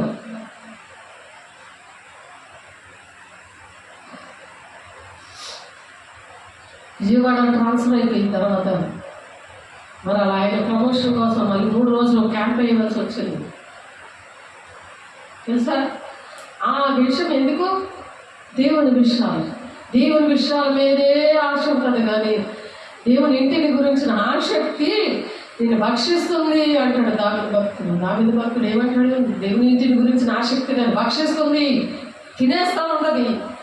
దేవుని ప్రజల విషయంలో ఎడతక్క తీసుకుంటే నన్ను జ్ఞాపకం చేసుకోవడానికి దీన్ని చేయండి అంటే దేవుని ఇంటిని గురించిన ఆసక్తి అలా భక్షిస్తూ ఉంటుంది. వెళ్ళలేదు నేను. దేవుడు నా పట్ల ఒక భారము నాకు అప్పచెప్పాడు. దేవుడు ఇచ్చిన పని నాకు అప్పచెప్పాడు, సమర్పణ. ఒక ఆయన అంటాడు, కన్ను మాలిన ధర్మము వలదు అంటున్నాడు ఒక ఆయన. అలా లేదండి మా బైబిల్లో త్యాగం చేయమంటున్నాడు, సమర్పణ కలిగి ఉండమంటున్నాడు. దేవునికి మొదటి స్థానము, మొదటి ప్రేమ ఇవ్వమంటున్నాడు. అది ఇస్తేనే ఆయన ఆజ్ఞలు పాటించగలరు. ఆయన వాక్యం అర్థమవుతుంది, తండ్రి చిత్తం ఏంటో ఆయన ఎవరో అర్థమవుతుంది. అప్పుడే నిత్య జీవం. రాకడ సూచనలు ఎన్ని జరిగిపోతున్నా సరే అదేదో సినిమా రీల్స్ చూసినట్టు చూస్తున్నారు, కానీ ఏం అర్థం కావట్లే. ఏది ఫేకో ఏది నిజమో వాక్యం చూస్తే అర్థమవుతుంది, ప్రతిదీ అర్థమవుతుంది. సాతానుడు మోసపొచ్చే దినాల్లో మనం ఉన్నాము అని చెప్పి దేవుడు చెప్తున్నాడు. సాతానుడు నిన్ను మోసపరుస్తూ ఉంటాడు. నిన్ను నన్ను మోసపరచుకుని ఉండాలంటే దినము మనంతా బాహ్య పురుషుడు బలహీనంగా ఉన్న అంతరంగ పురుషుడు దినము కూడా నూతన పరచబడతాడు అనమాట. కాబట్టి అద్భుతమైన విషయము ఏంటంటే మత్తయి సువార్త 26వ అధ్యాయంలో యేసయ్య మాట్లాడాడు. దేవుని శిష్యులతో మాట్లాడాడు. దేవుని బిడ్డ గెత్సెమనే తోటలో మాట్లాడాడు, మేడగదిలో మాట్లాడాడు, గొల్గొతా కొండ మీద మాట్లాడాడు శిష్యులతో పర్సనల్గా. మరి ఈనాడు దేవుని పిల్లలు ఏరి సేవకులతో మాట్లాడడానికి, దేవుని రాజ్యాన్ని కట్టడానికి అని దేవుడు అడుగుతున్నాడు. నేను నిత్యం అదే అడుగుతాను. నీ పిల్లలు ఏరి ప్రభా, అందరూ నేను వాడుకొని వదిలేసి ఒక నిన్ను కొరడా దెబ్బలు కొట్టేసి నీవే తిరుగుబాటు చేసి నీకు వీపు తిప్పేసి వెళ్ళిపోయిన వాళ్ళే కానీ తండ్రి చిత్తాన్ని నెరవేర్చిన వాళ్ళు లేరు. చూసేవారిగా ఉన్నారు కానీ చేసేవారు లేరు. క్రియలు లేని విశ్వాసం మృతము, మంతులకు దేవుడే కావాలన్నా సరే ఒక భ్రమలో బ్రతికేస్తున్నారు. దేవా అని ప్రార్థన చేస్తున్నా. నువ్వు ఉన్నావేమో ఒకసారి పరీక్షించుకో. దేవా నేనున్నాను, వెళ్ళకపోయినా వెళ్ళేవాళ్ళు పంపించు అని పాట పాడుకుంటారు, కానీ వెళతానని చెప్పి దేవుణ్ణి మోసం చేసావు. అవి సరి చేసుకునే పరిశుద్ధ వారములో వేసే శరీరం రక్తము తీసుకోండి. అనుదినము కూడా ప్రార్థనందు సహవాసమందు రొట్టి విచ్చుడు ఎడతెక్కగా ఉండమంటున్నాడు. వారి వల్ల వాళ్ళ అపోస్తులో వాడబడతారంట. అనేకమైన బిడ్డలు నశించిపోతుంటే నువ్వు వాడబడ్డానికి ఇంకా కష్టపడట్లేదా? నువ్వు ఇంట్లో వాడబడతావా? ఇంట్లో వాళ్ళతో నువ్వు ఉండిపోతావా? దేన్ని విగ్రహంగా చేసుకుంటే దాంతోనే నువ్వు ఉండిపోతావు. భూలోకంలో విడవబడిన సంఘంలో ఉంటావా? వాళ్ళతో పాటు నువ్వు ఎత్తబడే గుంపులో ఉండలేవే. నువ్వు దీపం వెలిగించినా, నిన్ను దేవుడు ఏర్పాటు చేసుకున్నా, ఒక ప్రణాళిక చెప్పి నిన్ను నడిపిస్తున్నా, నీకు అర్థం కావట్లేదు. దేవుని బిడ్డ ఒకసారి ఆలోచించు. మత్తయి సువార్తలో 26వ అధ్యాయంలో ఉంది. దేవుని బిడ్డలారా, మత్తయి సువార్త 26వ అధ్యాయము 17 నుండి 19 వచనాలు, 29 వచనాల్లో ఉంది ఈ మాటలు. పులియని రొట్టెగా పండుగలో మొదటి దినమందు శిష్యులు యేసునొద్దకు వచ్చి పస్కాను భుజించుటకు మేము నీ కొరకు ఎక్కడ సిద్ధపరచ గోరుచున్నావు అని అడుగుతున్నారు. నీ కొరకు పస్కా పండుగ చేయడానికి ఎక్కడ సిద్ధపడతాలని అనుకుంటున్నావు దేవా అనేసి యేసయ్యని అడిగితే శిష్యులు, అందుకు యేసయ్య ఏమంటున్నారు, మీరు పట్టణమందున్న ఫలాని మనుషుని యొద్దకు వెళ్ళిన కాలము సమీపమై ఉన్నది, నా శిష్యులతో కూడా నీ ఇంట పస్కాను ఆచరించవల్లని బోధకుడు చెప్పుచున్నాడని ఆయనతో చెప్పండి అని చెప్తున్నాడు. యేసు తనకు ఆజ్ఞాపించిన ప్రకారం శిష్యులు చేసే పస్కాను సిద్ధపరిచారు. ఒక ఆయన దగ్గరికి వెళ్తారు, ఒక మేడగారి దగ్గరికి వెళ్ళి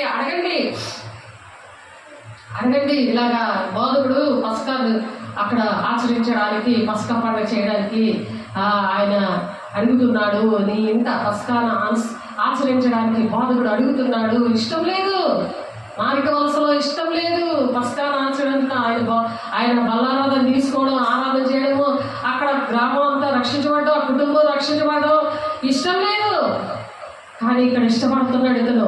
యేసు తమ ఆజ్ఞాపించిన ప్రకారము శిష్యులు చేసి పస్కాను సిద్ధపరిచారట. సాయంకాలం అయినప్పుడు ఆయన 12 మంది శిష్యులతో కూడా భోజనమునకు కూర్చున్నారు. 12 మంది శిష్యులతో భోజనానికి కూర్చున్నాడు. చూడండి, ఇక్కడ 12 మంది శిష్యులతో దేవుడి భోజనానికి కూర్చున్నాడు. లక్షవారం దినాన, సోమవారం నుండి మన లక్షవారం దినం వరకు దేవుడు ఏంటి చేశాడు? పరిశుద్ధ వారంలో పరిశుద్ధపరచడానికి దేవాలయాన్ని, ఈ దేహం అనే దేవుని ఆలయాన్ని, నీ దేవాలయము, నీ దేహం అనే ఆలయాన్ని సిద్ధపరచడానికి ఈ దినాన దేవుడు నీ ఇంటికి వచ్చాడు. దేవుడు బిడ్డ, నువ్వు అంగీకరిస్తున్నావా? నీ ఇంటిని పరిశుద్ధపరచుకుంటున్నావా? నీ దేహాన్ని పరిశుద్ధపరచుకోవడానికి నువ్వు ఇష్టపడుతున్నావా? సాయంకాలం అయినప్పుడు ఆయన 12 మంది శిష్యులతో కూడా భోజనములు కూర్చుండాను. వారు భోజనము చేయించుండగా ఆయన మీలో ఒకడు నన్ను అప్పగించునని మీతో నిశ్చయముగా చెప్తున్నాను. అక్కడ చెప్తున్నాడు.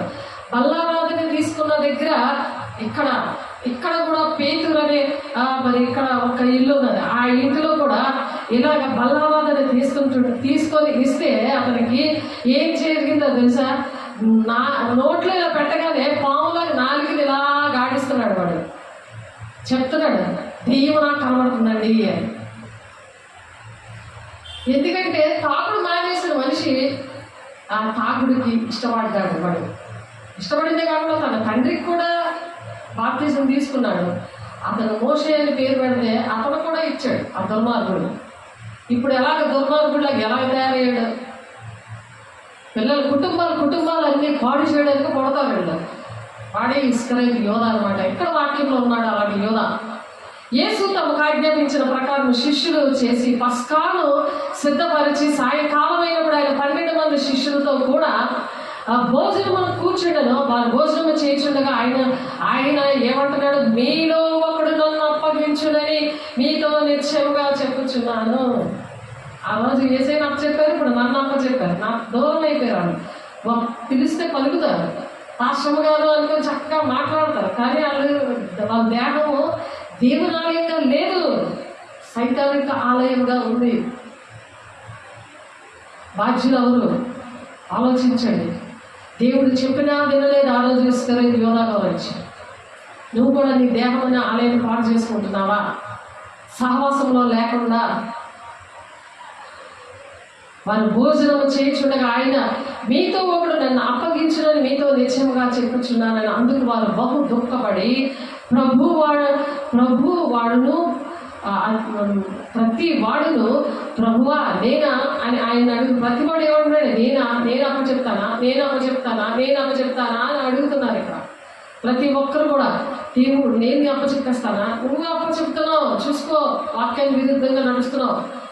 యేసు రక్తం అక్కర్లేదు, నీకు ప్రార్థన అక్కర్లేదు, సహవాసం అక్కర్లేదు, రొట్టెలు ఇచ్చడం అక్కర్లేదు, నాకు అవసరం లేదని కొన్ని మాటలు మనం ఎక్కడ గుంకలాం మెసేజ్ ఆదివారంలో కొన్ని వాక్యాలు దేవుడు కొన్ని మాట్లాడారు. మాకు అవసరం లేదు, దేవుడు అవసరం లేదు అని ఖచ్చితంగా చెప్పిన వాళ్ళు ఉన్నారు. నా చర్చలో కూడా ఉన్నారు, నా ఆత్మీయ పిల్లలు కూడా ఉన్నారు. అలా మారాలని దేవుడు మాట్లాడుతున్నాడు. దేవుడు బిడ్డ, దేవుడు రేపొద్దు నన్ను అడుగుడు, కఠినమైన తీర్పు ఉంటుంది నేను చెప్పకపోతే. మరి వినకపోతే చెప్పమంటున్నాడు. ఎస్కేల్తో చెప్పినట్లుగా నాతో కూడా మాట్లాడారు. నేను చెప్పడానికి యూట్యూబ్ ఛానల్ ఇచ్చాడు దేవుడు. ఆ ఫేస్బుక్లోని స్టేటస్లో వాళ్ళు చూస్తున్నారు, ప్రతి ఒక్కరు చూస్తున్నారు. నా ఆత్మీయ బిడ్డలు ఆలోచించండి. వారు భోజనం చేయించుండగా ఆయన మీలో ఒకడు నన్ను అప్పగించనని మీలో నిశ్చయంగా చెప్పుచున్నాను. అందుకు వారు బహు దుఃఖపడి ప్రతి ప్రతి వాడిలో ప్రభా నేనా ఆయన అడగగా ఆయన నాతో కూడా పాత్రలో చెయ్యి ఉంచిన వాడెవడో వాడే నన్ను అప్పగించును. నా పాత్ర చెయ్యి ఉంచారు. నాతో పాటు ఉన్న వాళ్ళే, పక్కనున్న వాళ్ళే. ఆలోచించండి దేవుని బిడ్డలారా. మరి దేవుడు దుఃఖపడుతున్నాడు, నేను కాదు, నాకన్నా ఎక్కువ దేవుడిని మీరు బాహాటంగా సెలివేస్తున్నారు. ఆయన గాయాలు మాటి మాటికి రేపుతున్నారు. పశ్చాత్తాపడండి, దేవుని రాజ్యానికి సిద్ధపడండి, దేవుడి మాటలకు లోబడండి. ఇది నా మాటలు కాదు, మీరు చూడండి. మత్తయి సువార్త 26వ అధ్యాయము 24వ వచనము, 23వ వచనం, 22వ వచనం నేను చదువుతున్నాను.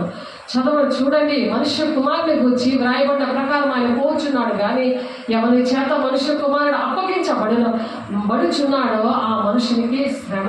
నీకు శ్రమలు ఎందుకు వస్తున్నాయి? కారణాలు ఇవే. నువ్వు అప్పగించేస్తున్నావు దేవుడిని, అనుక్షణం అప్పగించేస్తున్నావు. ఆయన బాగాటంగా సిలువేస్తున్నావు. ఆయన ఒకసారి ఆ ప్రాణం పెట్టాడు, కానీ నువ్వు అనుక్షణం ఆయన ప్రాణం పెట్టడానికి ఆయన అప్పగించేస్తున్నావు. ఆయన ఎవరో నాకు తెలియదు అన్నట్టుగా నువ్వు బిహేవ్ చేస్తున్నావు. వాక్యానికి విరుద్ధమైన బోధలు వింటున్నావు. నీ ఇష్టం వచ్చిన దగ్గర నువ్వు వెళ్ళిపోతున్నావు. ఎక్కడికి వెళ్తున్నావు? 800 మేకలు దేవుడికి వేస్తున్నావు. నీకేం నొప్పి పెట్టదు. దేవుడు గాయపడుతున్నాడు. నీ సేవకులకి ఆ గాయం గుండెల్లో నలుగుతుంది. మనుష్య కుమారుని గురించి రాయబడిన ప్రకారం ఆయన పోవచ్చున్నాడు, కానీ ఎవరి చేత మనుష్య కుమారుడు అప్పగింపబడుచున్నాడో ఆ మనుషునికి శ్రమ. ఆ మనుషుడు పుట్టి ఉండని ఎడల వారికి మేలు అని చెప్తున్నాడు. పుట్టకపోతే మంచిది కదా. ఆఫీసాలు మీరు తీసుకోకపోతే మంచిదే కదా.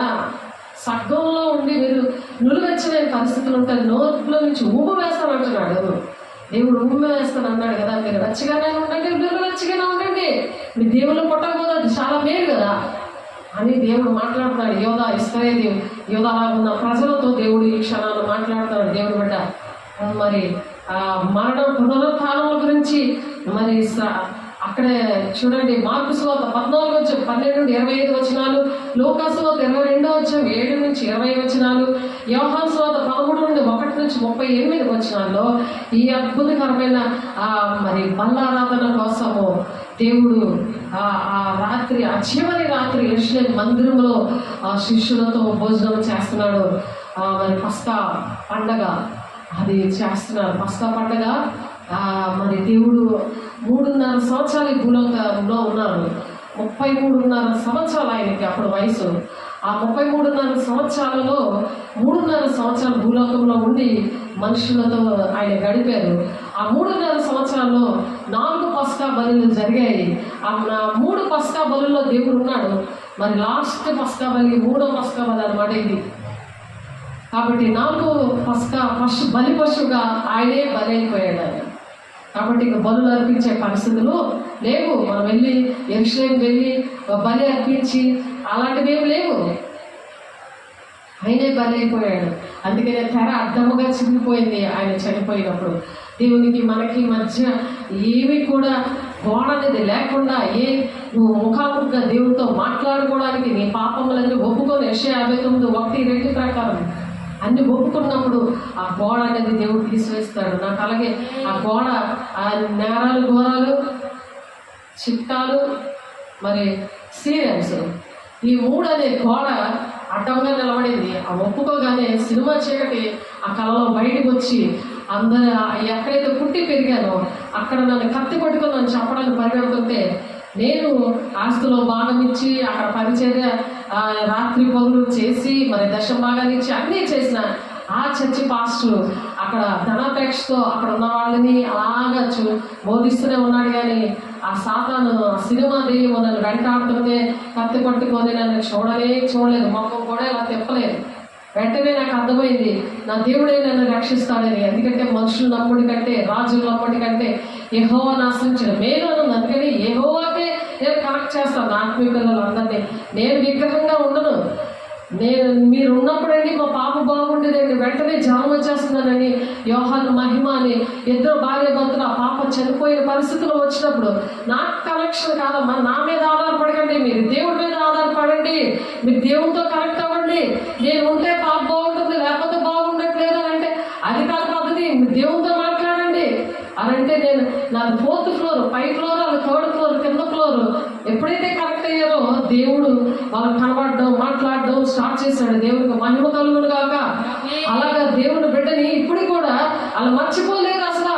ఇప్పుడు బ్రతికున్నదంటే దేవుడు మీ ద్వారా దేవుడి కార్యం చేశారండి. మనం ఏంటంటే మనం విగ్రహంగా చేసుకోకూడదు, దేవుడిగా కనెక్ట్ అవ్వాలి. దేవుడి బిడ్డలారా, నాకు కనెక్ట్ అవ్వకండి మీరు. నేను మనిషిని, మధ్యవర్తిని మాత్రమే. మీరు కూడా మధ్యవర్తి కూడా మీ కుటుంబాలని, మరి మీ చుట్టుపక్కల ఉన్న వాళ్ళని, మరి అక్కడ ఉన్న సంఘాలని, ఆ గ్రామాలని, దేశాన్ని మీరు బాగు చేయాలని దేవుడు మిమ్మల్ని వెలుగుగా చేయడానికే దేవుడు ఇలా ప్రాణం పెట్టాడు. యేసే శరీరం రక్తం ఇచ్చాడు. ఆయన పశుగా బలి పశువుగా ఆయన సిలువలో ప్రాణం పెట్టి 7 మాటలు ఆడడానికి, ఆ 7 చనిపోయేటప్పుడు ఆ 7 మాటలు కూడా ఫాలో అవ్వండి జీవితాంతం కూడా అని చెప్పి మాట్లాడారు. అనేక మంది చనిపోతారు, లాస్ట్లో కొన్ని మాటలు, ఇంపార్టెంట్ మాటలు ఆడతారు. అది మనం శుక్రవారం చెప్తున్నాము. కానీ ఈ పరిశుద్ధ వారంలో మరి సోమవారం నుండి శనివారం వరకు ఏ కార్యాలు జరిగే అవన్నీ ఇప్పుడు మనం నేర్చుకుంటున్నాం. దేవుని బిడ్డలారా, మరి మరణం, పునరుత్థానము గురించి, శ్రమల గురించి మరి కలత చెందారు శిష్యులు కలత చెందారు. దేవుని బిడ్డలారా, వాళ్ళు దేవుడు చనిపోతాడని, దేవుడు మరి యేసయ్యతో ఉన్న శిష్యులు చాలా వేదన పడ్డారు. మరి యోహాను సువార్త 14 అధ్యాయము లో శ్రమలు అనుభవిస్తాను నేను, ఇలాగా నేను మానవాళి రక్షణ కోసం నేను ప్రాణం పెట్టాలి అని అన్నప్పుడు ఆ శిష్యులందరూ కూడా బాధ వేస్తుందే. ఇక ఇప్పుడు ఇంతకాలం అయింది, 2000 సంవత్సరాలు అయిపోయింది. ఇప్పుడు ఇక మనకే ఎంత బాధ వేస్తుంటే మరి అక్కడ ఏదైతే తిరుగుతున్న వాళ్ళకి ఎంత బాధ కలుగుతుంది ఆలోచించండి. దేవుని మాటలు తెలిసిన వాళ్ళే, ధర్మశాస్త్రోపదేశకులు, అక్కడ ఉన్న పాస్టర్లే దేవుని సిరివేయడానికి సిద్ధంగా ఉంటుంటే ఇప్పుడు కూడా అలాగే ఉన్నారు. అది చాలా మందికి అర్థం కావట్లేదు. అవి ఎన్నో బైబిల్ అవుతున్నాయి సరే, అయినా సరే అర్థం కావట్లేదు. ఎందుకు వీళ్ళ అభిషేకం లేకుండా, ఆ దేవుడి ప్రేమ లేకుండా, ఆ శాస్త్రులు, పరిచయాలు, సద్దుకాయలు వారు చెప్తారు కానీ వారు చెయ్యరు. ఏసీలాగా భూలోకానికి వచ్చి ఆయన 3.5 సంవత్సరాలు నేర్పించినప్పుడు ఆ పనులు చెయ్యాలి కదా. ఆ పనులు వాళ్ళ జీవితాల్లో జరగాలి కదా. జరిగినప్పుడు వాళ్ళు వెంబడించాలి, వాళ్ళు మిమ్మల్ని నడిపిస్తారు. అక్కడ నుండి తొలగిపోండి అని ఉంది. కీర్తనల గ్రంథం ఒకసారి చూడండి. అది కూడా మీకు చాలాసార్లు చెప్పడం అయింది. నా కీర్తనల గ్రంథం 26 వచ్చాము. అంత కూడా మీరు సిలిబస్ లెక్కలోనే వస్తారు తొలగిపోతే. చూడండి, పనికి మాలిన వారితో నేను సాంగత్యము చేయను, వేషధారులతో పొందు చేయను, దుష్టుల సంఘము నాకు అసహ్యము, భక్తిహీనులతో నేను సాంగత్యము చెయ్యను, నిర్దోషినని నా చేతులు కడుగుకుందును, యెహోవాని బలిపీఠము చుట్టూ ప్రదక్షిణ చేయుదును, అచర కృతాస్తుతులు చెల్లించుదును, నీ ఆశ్చర్య కార్యములు వివరించదును. యెహోవా నీ నామ మందిరమును, నీ తేజో మహిమ నిలుచు స్థలమును నేను ప్రేమించుచున్నాను. అక్కడ వచ్చారు వీళ్ళు అవన్నీ విడిచిపెట్టి. నేను అలాగే వచ్చాను. అటువంటి సంఘాన్ని విడిచిపెట్టి వచ్చాను. నేను ఒక సాక్షిగా నన్ను నిలబెట్టాడు, నన్ను వాడుకుంటున్నాడు. అపోస్తుల బోధలో నాకు నేర్పించమని, దేవా భక్తితో నాకు నేర్పించయ్యా అని అడిగినప్పుడు అపోస్తుల బోధలో పరిశుద్ధులు ఒక్కసారి అప్పచెప్పబడిన బోధలో మీరు పోరాడని మీద అప్పచెప్పబడి 1:3 వచనంలో, ఎఫెసీ 4:13 మరి క్రీస్తు శరీరము క్షేమాభివృద్ధి జరగాలి. ఎందుకంటే ఇప్పుడు జరగట్లేదు. మరి చెప్తారు కానీ మరి చేయరు. చెప్పేవారు ఉంటే మంచిదా, చేసేవారుగా ఉంటే మంచిదా? దేవుడు చేసి చూపించాడా, చెప్పేసి వెళ్ళిపోయాడా? ఆయన ప్రాణం పెట్టాడు కదా, చెప్పాడు, చేశాడు, చేసి చూపించాడు. ఈ పరిశుద్ధ వారంలో నేర్చుకున్నవే అవే. అశాస్త్రుల పరిచయాలు, సద్దుకాయలు ఉండే ఆయన్ని ఎప్పుడు సిలువేద్దామని కపట సహోదరులు అక్కడలాగా అలా నిలబడి వాళ్ళు అలాగా చూస్తూ ఆయన యూదులకి రాజా జై జై అనేసి ఆ స్వస్థత కార్యాలు చేస్తుంటే ఆ ఖర్జూరం పట్ల పట్టుకొని, ఈత పట్ల పట్టుకొని ఆయన ఊరేగిస్తుంటుంటే అందరి మీద దేవునాత్మను కుమ్మరించాడు దేవుడు. మరి తండ్రి గణపరచబడ్డాడు అక్కడ. తండ్రి దేవుడు అక్కడ వచ్చి పక్కన గాడిదను, గాడిద పిల్లలు నాకు కావాలని అడగండి. ఆ కట్లతో ఉన్న గాడిదలు అంటే మనల్ని కట్లు విప్పి మరి మనకు అభిషేకం ఇవ్వడంటే మన మీద మనం ఆయన భారాన్ని మోసేవారిగా ఉండాలి. దేవుని బిడ్డలారా, అది ఏంటంటే ఊరి గాడిద ఆ అడవి గాడిద కాకుండా, కంచర గాడిదలాగా కాకుండా, మరి మత్తయి సువార్త 11:28 ఉంటుంది కదా, సమస్త భారాన్ని మోయించిన వారా నా యుద్ధకు రండి నేను శాంతి కలుగు చేస్తాను అన్నట్టుగా మనం ఆ గాడిదలాగా ఉండాలి. అది ఏం చేస్తుందంటే ఆ పాపం అనే భారాన్ని మనుషుల యొక్క పాపం అనే వస్త్రాలు ఉంటాయి కదా, అవన్నీ కూడా మోస్తుంది అది. ఆ ఊరిగాడు ప్రతి ఇంటికి వెళ్ళి ఆ మాసిన గుడ్లు అన్నీ కూడా ఆ పాపం అనే ఆ గుడ్డలు అన్నీ కూడా మోసుకొని వస్తుంది అది. యెషయా 61:10 రక్షణ నీతి అనే వస్త్రము దేవుని మోసుకొని వెళ్ళాలి. దేవుని మోసుకొని మనం వెళ్ళాలి. అప్పుడు ఆ రక్షణ వస్త్రాలన్నీ కూడా మనం తెలుగు చేయగలము. మనం దేవుని మోసుకొని వెళ్ళాలి రక్షణ వస్త్రాన్ని. 61:10 ప్రకారము యెషయా 61:10 ప్రకారం రక్షణ నీతి అనే వస్త్రం దేవుడిని మోసుకొని వెళ్ళాలి. ఆ దేవుని వాహనంగా మనం ఉండాలి. ఆ దేవుని యొక్క వాహనంగా మనం ఉండాలి. దేవుని మోసుకెళ్ళకపోతే ఏ కార్యాలు జరగవు. దేవుని కలిగి ఉండకపోతే, అంటే దేవుని ఆత్మను పొందుకోకపోతే, ఆయన సహకారిగా ఉండి మీరు ప్రకటిస్తున్నప్పుడు అద్భుత కార్యాలు చేస్తానని ఉంది మార్కు 16:20. కాబట్టి మార్కు 11:11 ఆయన ప్రియ బిడ్డలుగా యెరూషలేముకి మనం యెరూషలేములోనికి దేవునితో యెరూషలేము మందిరంగా మనం ఉండాలి. మరి పైనున్న యెరూషలేము స్వతంత్రంగా ఉంది కాబట్టి అది మనకు తల్లి అని ఆ పరలోక రాజ్యానికి మనల్ని అప్పుడు తీసుకెళ్తారు. కాబట్టి మన ఎలాగున్నారు, నీరు లేని బావుల్లాగా ఉన్నారు చాలామంది. అవి కళలో కూడా కనబడుతూ ఉంటాయి, నీరు లేని బావులులాగా. మనమే ఒక బావిలో ఉండి తోడుకోవాలని సామెతలు 5వ అధ్యాయంలో ఉంటుంది. 18 నుండి 20 వచనాల్లో నీరు 18, 19 వచనాల్లో ఆ నీటి ఊటగా మనం ఉండాలి. మనలో అటువంటి ఊట మనమే చేదుకుంటూ, అంటే కొరతలేని ఆత్మతో నింపబడినప్పుడు, పొంగిపోలే ఆత్మగా ఉన్నప్పుడు, ఆ మూత తీసినప్పుడు ఆ దగ్గరికి వెళ్ళినప్పుడు ఆ మూత తీయబడుతుంది. అది జీవజల నదిగా వాళ్ళ మీద ప్రవహింప చేస్తాడు. ఆమె వారికి అలా విడుదల వస్తుంది. అలాగా దేవుని దగ్గర మనము ఈ బలారాధన అనేది ప్రార్థన సహవాసం రొట్టివిచ్చేటది అలాగే ఎడతెగక ఉండమని చెప్తున్నారు. 1 కొరింథీ 11:26 ఆయన మరణాన్ని ప్రచురణ చేస్తారు. ఆయన మరణాన్ని ప్రచురణ చేసినప్పుడు ఆయన సహకార్య ఉండి అద్భుత కార్యాలు చేస్తాడట. అది జరుగుతుంది. అది ప్రాక్టికల్గా దేవుడు చేయించి ఈ వాక్యం నేర్పించాడు దేవుడు. కాబట్టి ఎలా ఉండాలి, మనము పొంగిపోలే పాత్రగా ఉండాలి దేవుని బిడ్డ. మరి మత్తయి సువార్త 26:36 నుండి 46 వచనం వరకులో ఏమున్నదంటే చూడండి, మత్తయి సువార్త 26 అధ్యాయము, మత్తయి సువార్త 26 అధ్యాయము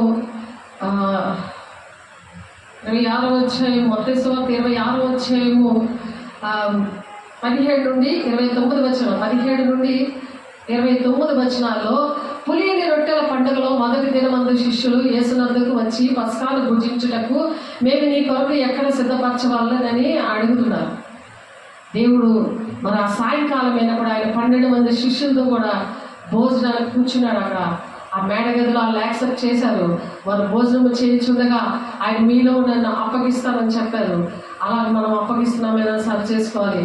వారు భోజనం చేయించుండగా యేసు ఒక రొట్టెని పట్టుకుని దాన్ని ఆశీర్వదించి విరిచి తన శిష్యులకి ఇచ్చి మీరు తీసుకొని తినండి, ఇది నా శరీరం అని చెప్పాడు. మరియు ఆయన గిన్నె పట్టుకొని కృతజ్ఞతలు చెల్లించి వారికి ఇచ్చి దీనిలోంది మీరందరూ త్రాగండి అని చెప్పాడు. ఇది నా రక్తం అనగా పాపక్షమాపణ నిమిత్తం అనేకుల కొరకు చిందించబడుచున్న నిబంధన రక్తము అని చెప్పాడు. నా తండ్రి రాజ్యంలో మీతో కూడా నేను ఈ ద్రాక్ష రసము త్రాగు దినము వరకు ఇకను దాన్ని త్రాగనని మీతో చెప్పుచున్నాను అన్నారు. ఆ దినము రావడానికి ఇప్పుడు సిద్ధంగా ఉన్నది. కాబట్టి అంతటా వారి కీర్తన పాడి ఒలివల కొండకు వెళ్ళారు. అప్పుడు యేసు వారిని చూచి ఈ రాత్రి మీరందరూ నా విషయమే అభ్యంతర పడిదారు. ఎలాగనగా గొర్రెల కాపర్ని కొట్టుదును, మందలోని గొర్రెలు చెదరిపోవను అని వ్రాయబడి ఉన్నది. కొట్టినప్పుడు ఆయన సిలువ వేసినప్పుడు శిష్యులు అందరూ చెదిరిపోయారు, అందరూ వెళ్ళి దాక్కుండిపోయారు. ఎందుకంటే దేవుని ఆత్మ లేదు వాళ్ళకప్పుడు. నేను లేచిన తర్వాత మీకంటే ముందుగా గాలికి వెళ్ళవలను, అందుకు పేతురు నీ విషయమే అందరూ అభ్యంతర పడినాను, నేను ఎప్పుడు అభ్యంతర పడినని చెప్పాడు. ఎందుకంటే దేవుని అభిషేకం లేదు పేతురుకి అప్పుడు. యేసు అతన్ని చూచి ఈ రాత్రి కోడి కోయక మునిపే నేను నిన్ను ఎరిగినని మొమ్మారు చెప్పదు అని దేవుడు చెప్పాడు. అలాగే మొమ్మారు మరి ఆ పేతురు ఆ రాయను చూచి నేను నీతో కూడా చావలసి వచ్చినను, నేను పేతురు ఆయన్ని చూసి ఏంటంటున్నాడు, నేను చావాల్సి వచ్చినా సరే అదే ప్రకారము నిన్ను ఎరుగునని చెప్పను అని చెప్పాడు. అదే ప్రకారం శిష్యులందరూ అన్నారు. కానీ అంతటి యేసు ఏం చెప్తున్నారు,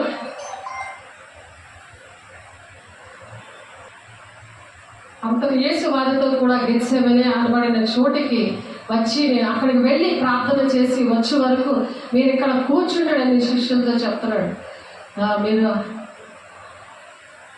ప్రార్థన చేయమంటే ఈ దినాల్లో కూడా ప్రార్థన చేయలేకపోతున్నారు. ఎందుకంటే పరిశుద్ధాత్మ దేవుడు లేడు, పొందుకోలేదు. అప్పటికి పేతురును జెబెదయి 2 కుమారులను వెంట పెట్టుకొని పోయి దుఃఖపడుటకును చింతాక్రాంతులగుటకును మొదలు పెట్టాను. అప్పుడు యేసు మరణమందునంతగా నా ప్రాణము బహు దుఃఖములో మునిగి ఉన్నది, మీరు ఇక్కడ నిలిచి నాతో కూడా మెలకువగా ఉండుడని వారితో చెప్పి కొంత దూరం వెళ్ళి సాగిలపడి, నా తండ్రి సాధ్యమైతే ఈ గిన్నె నా ఎదురు నుండి తొలగిపోనిమ్ము, అయినను నా ఇష్ట ప్రకారము కాదు నీ చిత్త ప్రకారమే కానిమ్ము అని ప్రార్థన చేశాడు. ఆయన మరలా శిష్యుల ఎదురుకు వచ్చి వారిని ఎదురించడం చూచి, ఒక ఘడియైనను నాతో కూడా మేలుకొని ఉండలేగా, మీరు శోధనలో ప్రవేశించకుండానట్లు మెలకువగా ఉండి ప్రార్థన చేయండి. ఎస్తేరా ఆమెకి ఈ మాటతో మాట్లాడారు. ఆమె చేసింది, ఆమె సైతంలో తయారైంది కాకుండా ఇంకో కుటుంబాన్ని సంఘాన్ని కూడా దోచేసింది ఆవిడ. ఆలోచించండి. పరిశుద్ధాత్మ దేవుడు పొందుకునే అంటే యాక్టర్లాగా యాక్టింగ్ చేస్తూ ఉంటారు కొంతమంది. అలాంటి యాక్టర్ లాంటి మనిషి ఆ విధంగా చేసింది. కాబట్టి మరలా 2వ మారు వెళ్ళిన తండ్రి, నేను దీన్ని త్రాగితేనే కానీ ఇది నా యొద్ద నుండి తిరిగి తొలగిపోవుట సాధ్యము కాని ఎడల నీ చిత్తమే సిద్ధించును గాక అని ప్రార్థించి తిరిగి వచ్చి వారు మరలా నిద్రించడం చూచను. అనగా వారి కన్నులు భారముగా ఉండేను. ఆయన వారిని మరలా విడిచి వెళ్ళి ఆ మాటలే చెప్పుచు 3వ మారు ప్రార్థన చేశాను. అప్పుడు ఆయన తన శిష్యుల ఎదుగు వచ్చి, ఇక నిద్రపోయి అలసట తీర్చుకొనుడి, ఇదిగో గడియ వచ్చి ఉన్నది, మనుష్య కుమారుడు పాపుల చేతికి అప్పగింపబడుచున్నాడు అని చెప్పి సిలువకి దేవుడు సిద్ధమైన శనివారం అన్నమాట, సిద్ధమైపోయాడు ఆయన. చూడండి, దేవుడు మరి లక్షవారం దినం, రేపు శుక్రవారం కదా, శుక్రవారం సిలువ వేయబడ్డారు. ఆ లక్షవారం దినాన్ని, లక్షవారం మరి శుక్రవారం ఉదయానికి అలాగా అప్పుడు ఆయన తన శిష్యుల దగ్గరకు వచ్చి, ఇక నిద్రపోయి అలసట తీసుకున్నది చాలు, మనుష్య కుమారుడు పాపుల చేతికి అప్పగించబడుతున్నాడు అని చెప్పి ఆ విధంగా అప్పచెప్పడం జరిగిందనమాట. కాబట్టి దేవుడు క్రీస్తు మరి 1 కొరింథీ 5వ అధ్యాయం 7వ వచనంలో మరి చూడండి, మీరు పులిసిన పిండి లేని వారు కనుక క్రొత్త ముద్ద అవుటకు ఆ పాతదైన పులి పిండిని తీసి పారవేయండి. ఇంతేకాక క్రీస్తును మన పస్కా పశువు వధించబడెను. అందుకని మీరు పారేయండి అని అంటే మీ దగ్గర పాపం అనేది లేకుండా చూసుకోండి. ఎందుకంటే క్రీస్తు అని మన పస్కా పశువు, క్రీస్తు అని మన పస్కా పశువు వధింపబడెను. మరి శుక్రవారం నాడు పస్కా అనే దేవుడు గొర్రెపిల్లగా వధించబడతాడు. కాబట్టి ఆ విషయాలన్నీ కూడా మరి యేసు క్రీస్తు సిలువలో పలికిన ఆ 7 మాటలు కూడా, ఈ విషయాలన్నీ కూడా ఆయన ఈ పరిశుద్ధ వారం అంతా కూడా మత్తయి సువార్త 26వ అధ్యాయం 27వ అధ్యాయము, మార్కు సువార్త 14వ అధ్యాయం 15వ వచనము, మరి లూకా సువార్త 22వ అధ్యాయం 23వ వచనము, యోహాను సువార్త 18వ అధ్యాయం 19వ వచనం. ఈ వచనాలన్నీ ఈ 8 అధ్యాయాలు చదవండి. శుక్రవారము మనము మరి 7 మాటలు కూడా మనం ఆరాధిద్దాము, దేవుని ధ్యానిద్దాము. దానిలో మర్మాలు ప్రకారము ఎవరైతే చనిపోయినప్పుడు ఏదైతే లాస్ట్ మాటలు చెప్తారో అటు ప్రకారము కుటుంబము వంశమంతా ఎలాగైతే పాటిస్తారో ఇది ప్రజలు మరి ప్రపంచమంతా పాటించవలసిన విషయాలు అన్నమాట. ప్రవచనాలు నెరవేర్పు జరగడానికే ఇదంతా జరిగింది. మరి కాబట్టి ఆ విధంగా మనం ఉండాలని దేవుడు ఆశపడుతూ మరి దేవుని మాటలు మరి ముగించడం జరుగుతుంది. కాబట్టి మీరు ప్రార్థన చేయండి. మరి 7 మాటల విషయంలో ఎవరైనా చెప్పాలనుకుంటే చెప్పడానికి, లేకపోతే వినాలనుకుంటే వినడానికి మరి సిద్ధపడండి. ప్రార్థన చేసుకుందాము. అందరూ కళ్ళు మూసుకోండి. పరిశుద్ధుడా, ప్రేమ గల దేవ, అభిషేక్తుడా నాయన, పులియని రొట్టెల పండుగ నాయన, నిత్యమైన కట్టడగా ఆ దినాల్లో ప్రభా నిర్గమాకాండ 12వ అధ్యాయము 17 నుండి నాయన ఆయా 18వ అధ్యాయం 28వ వచనముల వరకు కూడా నాయన ఉంచావు నాయన. మరి నా తండ్రి, మీరే పసుకా బలి పశువుగా మరి నాయన మా కోసం ప్రాణం పెట్టడానికి అయ్యా ఆ సిలువలో 9 గంటల నుంచి 3 గంటల వరకు ప్రభా అయా 7 మాటలు మా కోసం నాయన ప్రపంచ మానవాళ్ళందరి కోసం మీరు మాట్లాడారు ప్రభా. ప్రపంచంలో ఎవరు కూడా అలాగ నాయన ప్రేమించలేదు, శాశ్వతంగా ఎవరిని ప్రేమించలేదు నా తండ్రి నాయన, ఎవరు ప్రేమించలేరు నాయన. అటువంటి ప్రేమతో నాయన అయా ప్రేమించావు మనుషులందరినీ, భూలోకంలో ఉన్న వాళ్ళందరినీ ప్రేమించావు ప్రభా. ప్రతి ఒక్కరికి గ్రహింపు కలిగే మనసులో దయచేయండి. నీ మహిమతో నింపండి ప్రభు నాయన. విన్న వాక్యం నూరంతగా ఫలవంతంగా నా తండ్రి రక్షించే వారి పట్లను, నశించే వారి పట్లను ఒక సువాసనగా ఈ వాక్యం అనే మాటలు నాయన వాక్యము నా తండ్రి శరీరధారి మీ మధ్య నివసిస్తుందని చెప్తున్న దేవా, మా మధ్య నివసిస్తూ అయా నా మాటలు మీ సన్నిధిలో ఉన్నాయని మీరు మాట్లాడిన మాటలు బట్టి నీకు వందనాలు ప్రభా. మమ్మల్ని ప్రేమించి మాకు మరొకసారి మమ్మల్ని సరి చేసుకోవడానికి మాకు ఇచ్చిన ఈ గొప్ప భాగ్యాన్ని బట్టి వందనాలు ప్రభు. ఇంకా మా పట్ల నీ ప్రణాళిక ఏమై ఉన్నదో మీకు తెలుసు ప్రభా, మాకు కూడా తెలుసు నాయన. అది నెరవేర్చండి, సహాయం చేయండి, సహకారం లేవనెత్తండి, నడిపించుకోండి. తండ్రి చిత్తం నెరవేర్చేవారే దేవుని రాజ్యాన్ని వారసులు అవుతారన్న ప్రభా. ఎవరి పట్ల నీ చిత్తం ఎలా ఉన్నదో ప్రతి ఒక్కరిని దర్శించి అయ్యా తండ్రి మహిమ పొందుకోండి దేవా. నిన్ను చూడగలిగే కళ్ళు, నీ చెవులు అయ్యా నీ స్వరం వినగలిగే చెవులు, జ్ఞానేంద్రియాలు తెరవండి. ఆటంకపరిచిన ప్రతి దురాంశము దూరపరచండి, మహిమ పొందుకోండి దేవా. అయ్యా ఏమి ఇవ్వగలమయ్యా తండ్రి, మా ప్రాణాలను, దేహాలు సమస్తము నీకే అంగీకరిస్తూ మాకున్న సమస్తాన్ని మీ బలమైన హస్తాలుగా అప్పచెప్పుకుంటూ మా ప్రాణం, ఆ శరీరము, ఆత్మ, దేహము సమస్తాన్ని ప్రభు నీకు అంకితం ఇస్తూ యేసయ్య పరిశుద్ధ నామములో ఆటంకపరుచిన ప్రతి దురాత్మ శక్తులారా యేసు నామములో కాలిపోవులు గాక, మహిమగల నామములో లయమైపోవులు గాక. నీ అభిషేకంతో ప్రతి ఒక్కరిని నింపండి, మహిమ పొందుకోండి. నూరంతంగా ఫలవంతంగా వాక్యము నాయన ప్రచురణ చేయడానికి నీ బిడ్డలకి నేను అటువంటి అభిషేకము దయచేయండి. అద్భుతకాలైన మహత్కార్యాలు, సూచక్రియలు ప్రతి ఒక్కరి జీవితాల్లో, మా జీవితాల్లో మీరే జరిగించుకొని నీ సాక్షులుగా మమ్మల్ని నిలబెట్టుకుంటున్నందుకు, నీ నామాన్ని ప్రచురణ చేయడానికి సదాకాలం మీరు మాతో ఉండడానికి ప్రణాళికలన్నీ మీరు సిద్ధపరిచినందుకు, మీరు మా మధ్యలో ఉన్నందుకు, మాతో ఉన్నందుకు, మా పక్షంగా ఉండి వ్యాఖ్యమాడుతున్నందుకు వందనాలు, స్తోత్రాలు చెల్లిస్తూ యేసయ్య పరిశుద్ధ నామములో బ్రతిమలాడి వేడుకుంటున్నాం తండ్రి. ఆమేన్. దేవునికి మహిమ కలుగును గాక. God bless you. దేవుడు మిమ్మల్ని దీవించి ఆశీర్వదించును గాక. ఆమేన్.